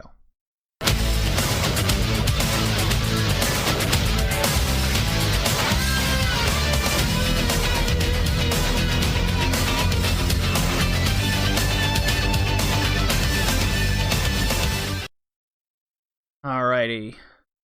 Oh boy. WCW Nitro, November 9th, 1998, from the Nassau Coliseum in Long Island, New York. We're here for WCW Nitro tonight. And meanwhile, on WWE Raw, Raw's War, The Rock is taking on Mark Henry, and if The Rock doesn't win by pin or submission, he's fired, so says Vince McMahon, as it's their go-home show for Survivor Series and some tournament for the WWF title. Not sure if it's vacated or not at this time, but basically it's McMahon tomfoolery as usual, and Shane does count the pin for The Rock, who was taken out earlier in the show just for reference. So there's a big rigmarole there, because Rock was out of the tournament, then he had to get in, and if he doesn't get in, he's fired situation, but he's not going to lose his job. He's only going to lose his job as a wrestler, I guess, is the thing. So whatever, it's very convoluted, not a good Raw from all accounts there. But back on Nitro, Tony Schiavone talks up America. Yes, the good old USA. And tells of Hollywood Hulk Hogan is going to run for the President of the United States in the year 2000 among the patriotic music. America. God help us all. 1 week without Hogan, and I can already tell this episode is going to be a doozy. Dear Christ. Not a good way to start off the show. Nitro Girls dancing as they also hype up for World War III a bit. That's the huge, 60-man, 3-ring battle royal. So that's what we're, I guess, a couple weeks out from. Mean Gene and Heenan are in the parking garage as it cuts, and they're talking about the U.S. President, Bill Clinton, is going to show up at the arena. And they didn't specifically say Bill Clinton, but they said the President of the United States is going to be there. 2 limos come screaming up, with one almost hitting the other from behind, and then taking out an opening door on one side of the limo. Turns out it's both NWO factions brawling, and it ends in a heartbeat. No idea what's happening or what the point of this was. It's so bizarre. So we get 5 minutes of Bret Hart video packages of his path of injuring people, but nobody he injured actually follows up on it. And then a recap of Bret's stuff from last week that was oh so fun with the groin pull, and he comes back and he's trying to take people out, and then they have to replay the end segment because I'm pretty sure they didn't show it on Nitro last week because it went off the air before this, but it's a Bret beatdown with a guardrail on Luger. He took his knee out because I think Goldberg showed up or not. I don't remember, but we'll see if WCW will continue the story or it will end on a dime like the US title stuff Luger and Bret did a few months ago. So we're 7, 8, 9, 10 minutes into the show at this point, and nothing's happened. Drinking my bourbon here. But we finally get our first match. It's Kaz Hayashi versus Juventud. I'm like, oh, this is cool. Starting with the cruiserweights. Way better already start, match-wise, compared to the previous, I want to say 3 weeks, where it was people no one gives a shit about. So they wrestle for about 2 minutes, and then Eric Bischoff interrupts, and he's standing by commentary with a live mic. And he comes up and he says, "Mark his word, the president will be here tonight." So they've already said that Hulk Hogan is going to announce his run for office. So you already know where this is heading, right? So let me repeat this for you. Fuck you and your publicity stunt. Crowd chants asshole and immediately stopped caring about this match, despite when it first started, they were. So killing the Cruiserweights 101 here. Luckily, despite Bischoff's and WCW's best efforts to kill their show, these two were actually given enough time, and they killed it in the ring so well that the crowd got back into it. This match held up so well today. Hayashi was chopping the shit out of Hoovy, and both guys were just flying all over the ring. It was awesome. And then at the end of this match, the Cat and Sonny Ono go down the ring. The Cat takes the ref. Sonny Ono kicks Kaz Hayashi.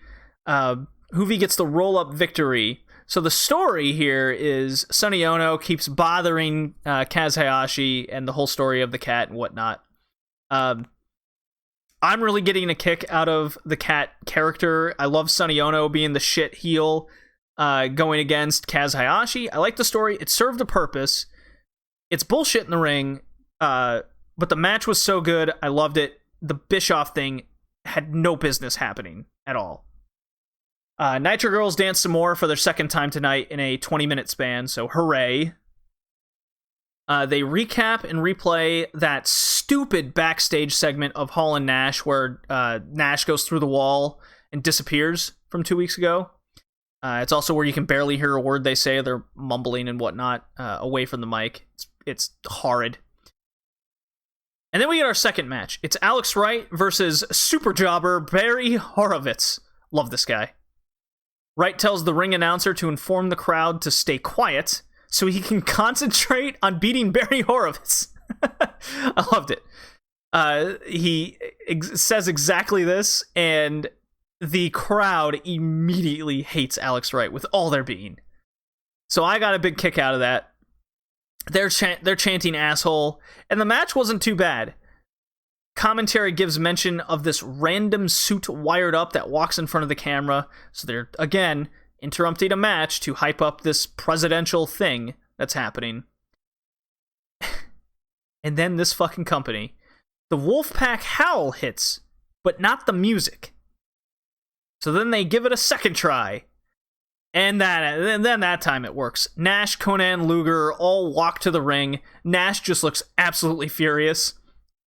And as they get in the ring, Alex Wright just gets out, looks around, walks to the back, and Nash gives Horowitz a pat on the butt. He's like, "Hey, good job, man. The real stars are here." Fuck off. So bad. So yeah, the real stars are here. Crowd reacts in their favor, but you know, this is WCW basically telling us nobody else matters but these guys. And they wonder why that no one cares about matches between the undercard.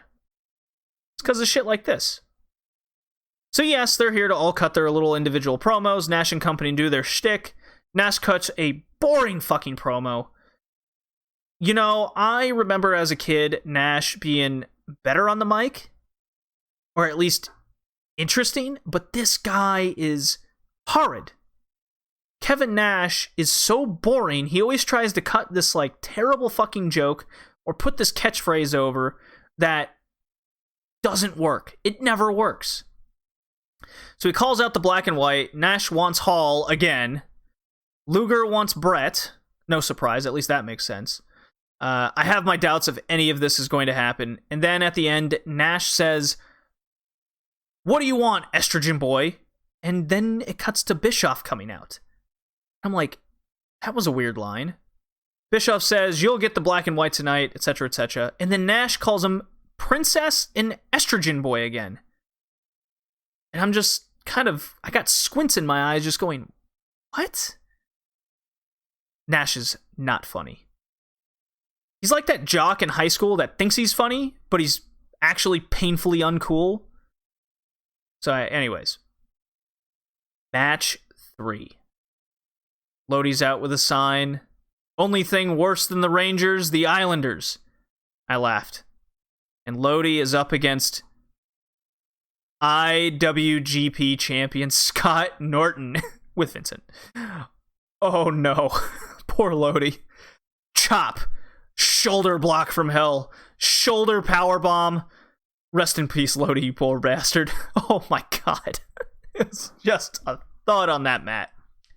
Norton screams on the camera, spits, give him someone worthy, not these punks. Yes, I agree, Norton. So good. Oh, man.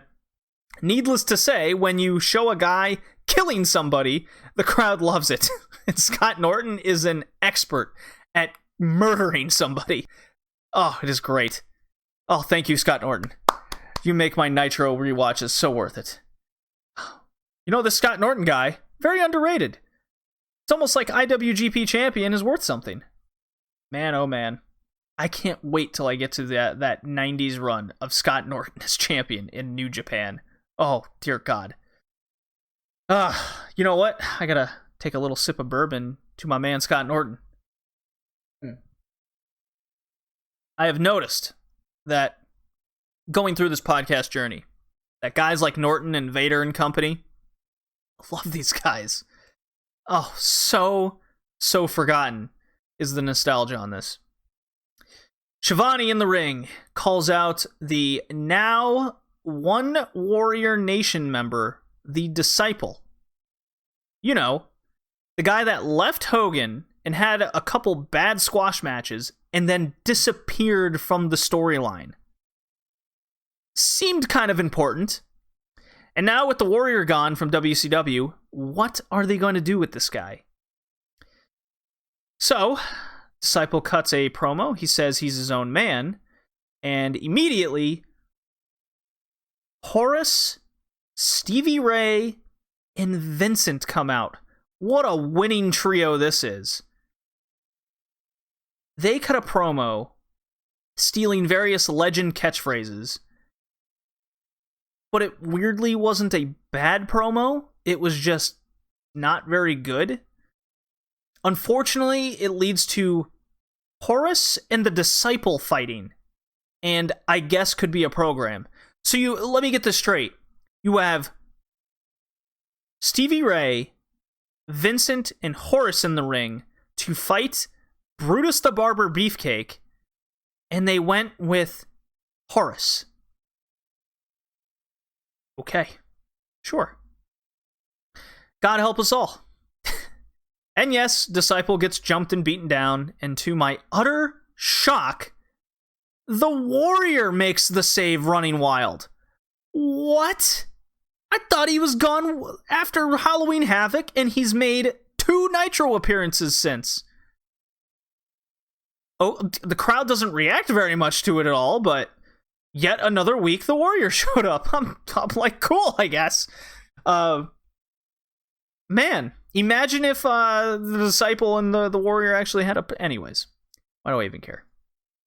They dropped it all together anyways. Back to the parking garage, publicity stunt, and then the cameras outside show a bunch of Secret Service looking guys, police and limos. And if you haven't guessed by now, yes, of course, it's all NWO Hollywood Hogan. Yeah. Yep. Shout out to the guy behind the commentary with the Baba Booey sign. I laughed very hard as commentary tried to take this presidential bullshit seriously. But yeah, it's Hogan. Presidential music is playing. Bischoff, Hogan, and the fake Secret Service guys all head to the ring. Gee, it's almost like they told you this was coming with Bischoff and your sources are the NWO and all this bullshit. Yeah.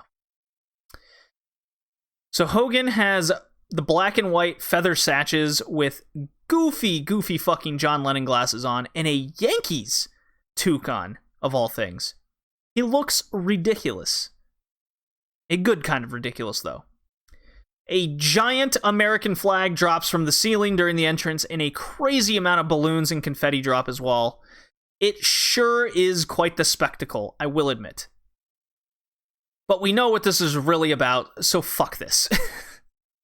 Ironically, Hogan congratulates Jesse Ventura being a non-plastic politician and being voted in Minnesota to be, how topical today. What do you know? Then even more balloons and flyers fall from the ceiling. I can't fathom how much all this pointless charade cost WCW. So then Hogan says Bischoff is his campaign manager. Stay tuned into more Nitro to hear the rest, his running mate, and his official announcement for presidency. So keep that in mind. Bischoff is his running mate. He didn't officially announce his running for the president, and he's going to announce his running mate if he's to announce. All right, you got all that? Okay. Third time, it's the Nitro Girls, and they are hanging out, goofing around in a costume shop in Vegas or whatever. And then back to the ramp where, yes, they are dancing. Okay. Then we get a clip of Conan's rap music video. That's a mix of Spanish and English. It's just a clip, though. They're going to play the whole thing. I can't wait. It looks ridiculous. And then we get Bret Hart's new WCW music, and it's fucking awesome. I love this music. It is like half kind of NWO, but it's more or less dropped. And it's his Hitman music from WWF, but with a WCW spin. He's a man on a mission with this awesome music. He recaps of him taking out DDP, he tells Sting to get well soon, tells DDP to FedEx the US title back to him. What a great promo this was. Tells Luger he's done with him, he's not going to fight him, whatever. But he's sick of Conan, which is appropriate, because he's part of the Wolfpack, he's buttoning his business, and they just showed the music video of him being annoying in his rap video. So, he says he's going to kick the hell out of him. Bret made a mission statement here. Excellent promo. I loved it. I love Bret Hart. This is where the show turned around for me. Okay? Unfortunately, we had Eddie Guerrero out with Rey Mysterio Jr. with his sick, awesome entrance rap music himself. Eddie tries to recruit him into the lame LWO, which is probably one of the worst ongoing storylines in WCW currently. Rey, of course, declines. They have not their best match, but it was all right, I guess. I mean, if they had like 90 other matches out of 100, they would probably be better than this. Eddie works Rey's left leg mostly, so it's limb work. That's why I think it's better than most. Rey sells it pretty good. He kind of does one-legged springboards. He's more or less kind of running around, but it's not selling enough. Eventually sandwiches Rey's leg, drop-kicking steps into the post. So much like the opening match, this time fucking Chavo Guerrero intervenes, and Rey rolls up Eddie. So the exact same thing. LWO hits the ring, Chavo and Rey escape. Setting up, I would assume, a tag match on Thunder or Saturday night, or Nitro next week. So I could have really done without the Chavo interference, especially with what happened in the Hoovy match to open up the show. Now we get to the whole Conan music video. Oh boy. You're going to have to look this music video up. It is very much worth it. But here we go. Bischoff out with Miss Elizabeth and Arm as he plays his music. Talks up the presidential stuff. Makes fun of Ric Flair's age, his pacemaker, and he wouldn't be able to be cleared because he has no heartbeat or something. I have a hard time paying attention to Bischoff these days. Then he talks about fixing the whole J.J. Dillon, the whole J.J. Dillon fining Steiner and Bagwell from last week, and then proceeds to bring out lawyers and a suit to the ring. basically breathing mannequins. And weirdly, Bischoff plays along with the lawyers and then beats them up with horribly fake kicks. And that was it. I don't understand the point of any of this. Eric Bischoff, ever since he lost the ratings after those 83 weeks, he's gone insane. He had those Jay Leno skits that were just atrocious, and then this fucking thing for no reason. Like, nothing came of this. I didn't understand what I was looking at. I didn't understand the point to it all. I don't know who it helped or who it got over. It was garbage. So moving on. Recap of the crazy out of control Steiner from last week. Wish they would have just done this instead of the Bischoff thing. And a recap of Thunder. Oh my god, that did happen. Of Steiner kicking the shit out of Nick Patrick and breaking his knee. Scotty is out of control and nobody is safe. Bagwell says they'll buy their own ref because now the refs are on strike with Scott Steiner matches because they make so much NWO money. Steiner calls out Piper again for some reason. I guess they're building towards a Scott Steiner Piper match, but who knows? And then he says send out somebody to face him, even though there won't be any ref. Unfortunately and stupidly, Chris Adams is the chosen victim. Why he came out, I don't know. But anyways, struggle for a couple promos, but the points were made, I suppose, for Scott Steiner. And like a moron, Chris Adams gets jumped 2v1, just like Chaos the week before. No math, no ref, no match, I guess. Steiner does the corner knee breaker again. And once the beatdown is over, Rick Steiner rushes to the ring, and fuck me, Rick calls out Scott for a match. Jesus Christ. Is this ever going to end? They have literally been feuding the entire fucking year, ever since Scott Steiner turned heel in, I want to say, March? Oh my god. It's almost mid-November they've been feuding that long. So yes, he calls them out for a tag title match despite being the tag champion. But Rick will have to find another partner because Chaos is down. I hate this. The Nitro Girls dance some more, so if you're keeping track, that's 4.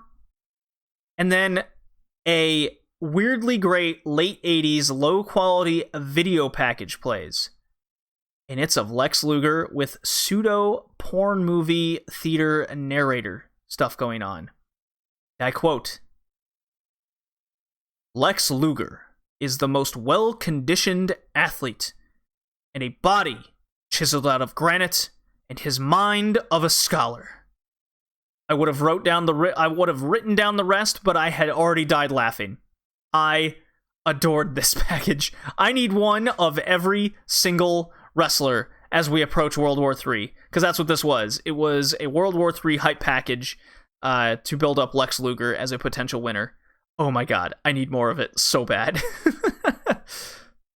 So yes, we get the Scott and Buff match. They go to the ring, and Rick and his mystery partner, whom was, oh Christ, Judy Bagwell, with her goofy jogging outfit tucked into her pants with the tag title around the waist and all. Oh my god, we have tag champion Judy fucking goddamn Bagwell. What a smile on her face she had as well. What a star. So they get in the ring. Rick and Scott Steiner go to blows. Buff takes a swing at his own mother. She ducks, slaps him, and Buff goes to the ground and rolls out of the ring. Rick clocks the two, and they head for the hills. Judy cuts a promo with that big smile. She's taken in the crowd. She calls out to wrestle Buff on November 22nd at World War III. God help me. So let me get this straight. Scott Steiner and Buff Bagwell are afraid of Judy Bagwell here. But they won't be afraid for the pay-per-view. Now, you could argue that Buff Bagwell doesn't want to hit his mom, or he wants to protect his mom from being murdered by Scott Steiner, but he took a swing at her here, so I'm not buying it. Oh my god. Judy Bagwell. Leading me to drink. Oh, where was I? Yes, commentary tells me a special Tuesday night episode of Nitro will be on or something. But I don't think I'll be watching that one because it's, well, no. Won't. I won't do it. Conan versus Bret Hart time. Over under NWO running for the DQ, guys. I'm taking the over here. Conan fires away at Bret bat out of hell style. It was great. Eventually, in a corner, Conan won't break the hold and pushes off the ref. And that's what Bret strikes. Chops that knee out. Bret then picks him apart. And after picking the bones, he grabs a chair and kills the knee. The new Hitman Bret Hart crippling his opponents continue. I love this. And for now, this is my favorite thing in WCW ongoing. I would say Goldberg being champion is awesome, but he's never on the show. They never mention him. They never mention the champion. It's all about Hulk Hogan and whatever they're sporting this week. But right now, Bret Hart is a fucking killer, and I love it. And speaking of Goldberg, we get Mean Gene with TV champion Chris Jericho. Jericho makes fun of Greenberg, says his streak is better than his, cuts to the back, and then shows WCW World Champion Goldberg just arriving to the building, surrounded by security, over 2 hours into the show, by the way. He gets into his locker room, and there's one of those old antenna TVs. He looks at it and sees Jericho making fun of him, and Goldberg's gotten to. He freaks the fuck out upon hearing Jericho speak of Greenberg on that tiny TV. He throws couches around. He kicks a fucking door in, and then he rushes to the entranceway through Gorilla. Jericho's done with his promo. He's kind of taking in the crowd. His back is to the entranceway, and there's Goldberg waiting. And the crowd is busting up. They see it. Jericho turns around, and he takes a fucking spear. He gets lifted up into the ground. It was awesome. He gets punked out. It was cool. Something tells me that's the end of all this Jericho Greenberg stuff, though. Lastly, I would be disgusted with myself if I didn't hype up, and glorify the hairdo of Chris Jericho throughout all this. It was pure sex god sex hair. It was great. I did post a picture of it on my Twitter at BullingJD. So Michael Buffer is in the ring to introduce the main event. It's the NWO versus the Wolfpack. Nash and Luger versus, well, Hall and Giant. So it's not Brett, it's Giant. But Nash at least gets Hall, because it must continue. Giant's intro is in full don't give no fucks mode and constantly joking around. Oh, and he's fat. Yeah, they pretty much have a standard tag match here, despite the whole Wolfpack wanting to beat some ass and the limo brawl from earlier. So just, ignore all that nonsense and continuity. Nothing special and nothing we haven't seen many times before. Same guys we've seen in the main event for over 2 years now. Summer of 96. Yeah, it's been 2 years. Nash hot tag for a while, but not so much. NWO run-in, as it was a Bret Hart DQ. He chop blocks Nash. He starts killing his knee all while this happens. Luger tries to fend off Giant. He grabs a chair, and then he chases away Bret from killing Nash's knee. So I love everything about this Bret Hart and breaking legs and picking apart the Wolfpack now. It's reached another level of the Hitman. Shows goes off the air, plugging the Tuesday Nitro. They indeed did false advertise and didn't deliver the Hogan running for president, nor announcing his running mate stuff. But the less Hogan, the better, I say. So I'll just let it slide this one time. So there was a lot of weird shit on this show. The Hogan stuff was by far the worst, along with that atrocious Bischoff lawyer segment.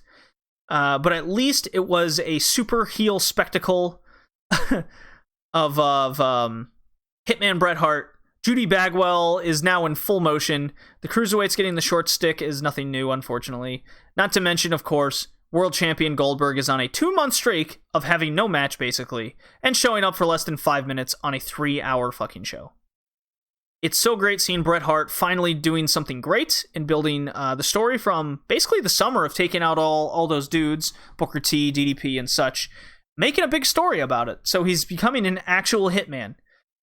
If it wasn't for the Bret Hart stuff, I would have absolutely hated this Nitro.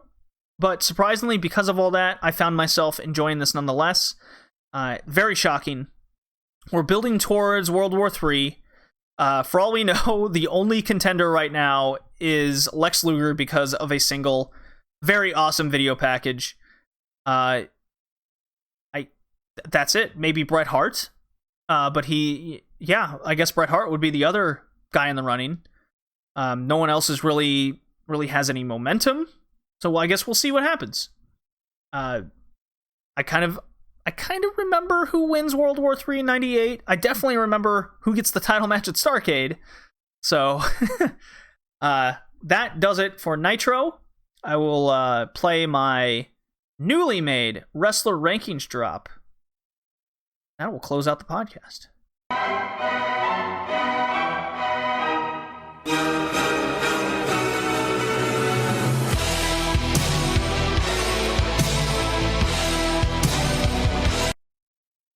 Yeah, I just felt like playing the Walter music. I'll create a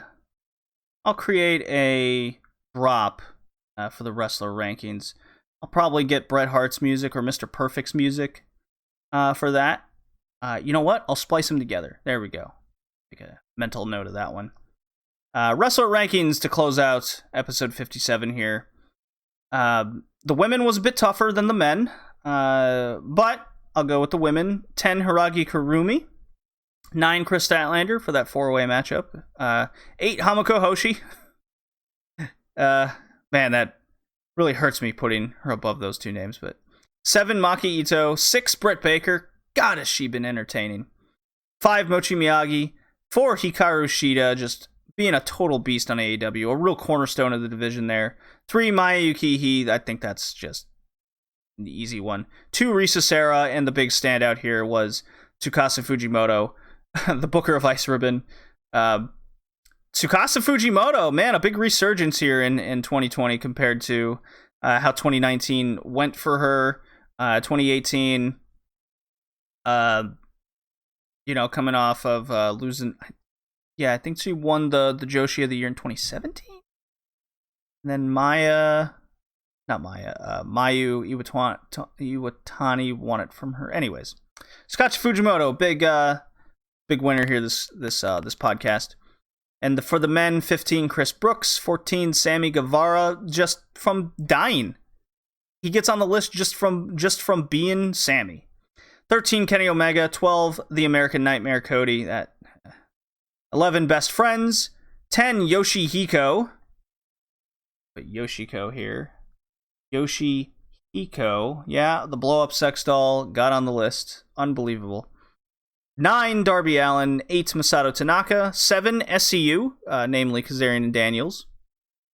6, Jon Moxley. 5, Kazada Higuchi. 4, Chris Jericho. 3, Tetsuya Endo. 2, Matt Hardy. And the guy that stood out to me the most, I mentioned this on the AEW part with my mom. At the time that we recorded the AEW stuff, Lance Archer wasn't as high, but the latest episode of Dynamite, the brawl with Cody, and the Jake Roberts stuff, it was just that little bit he needed to get to the number 1 spot. So, good job, Lance Archer.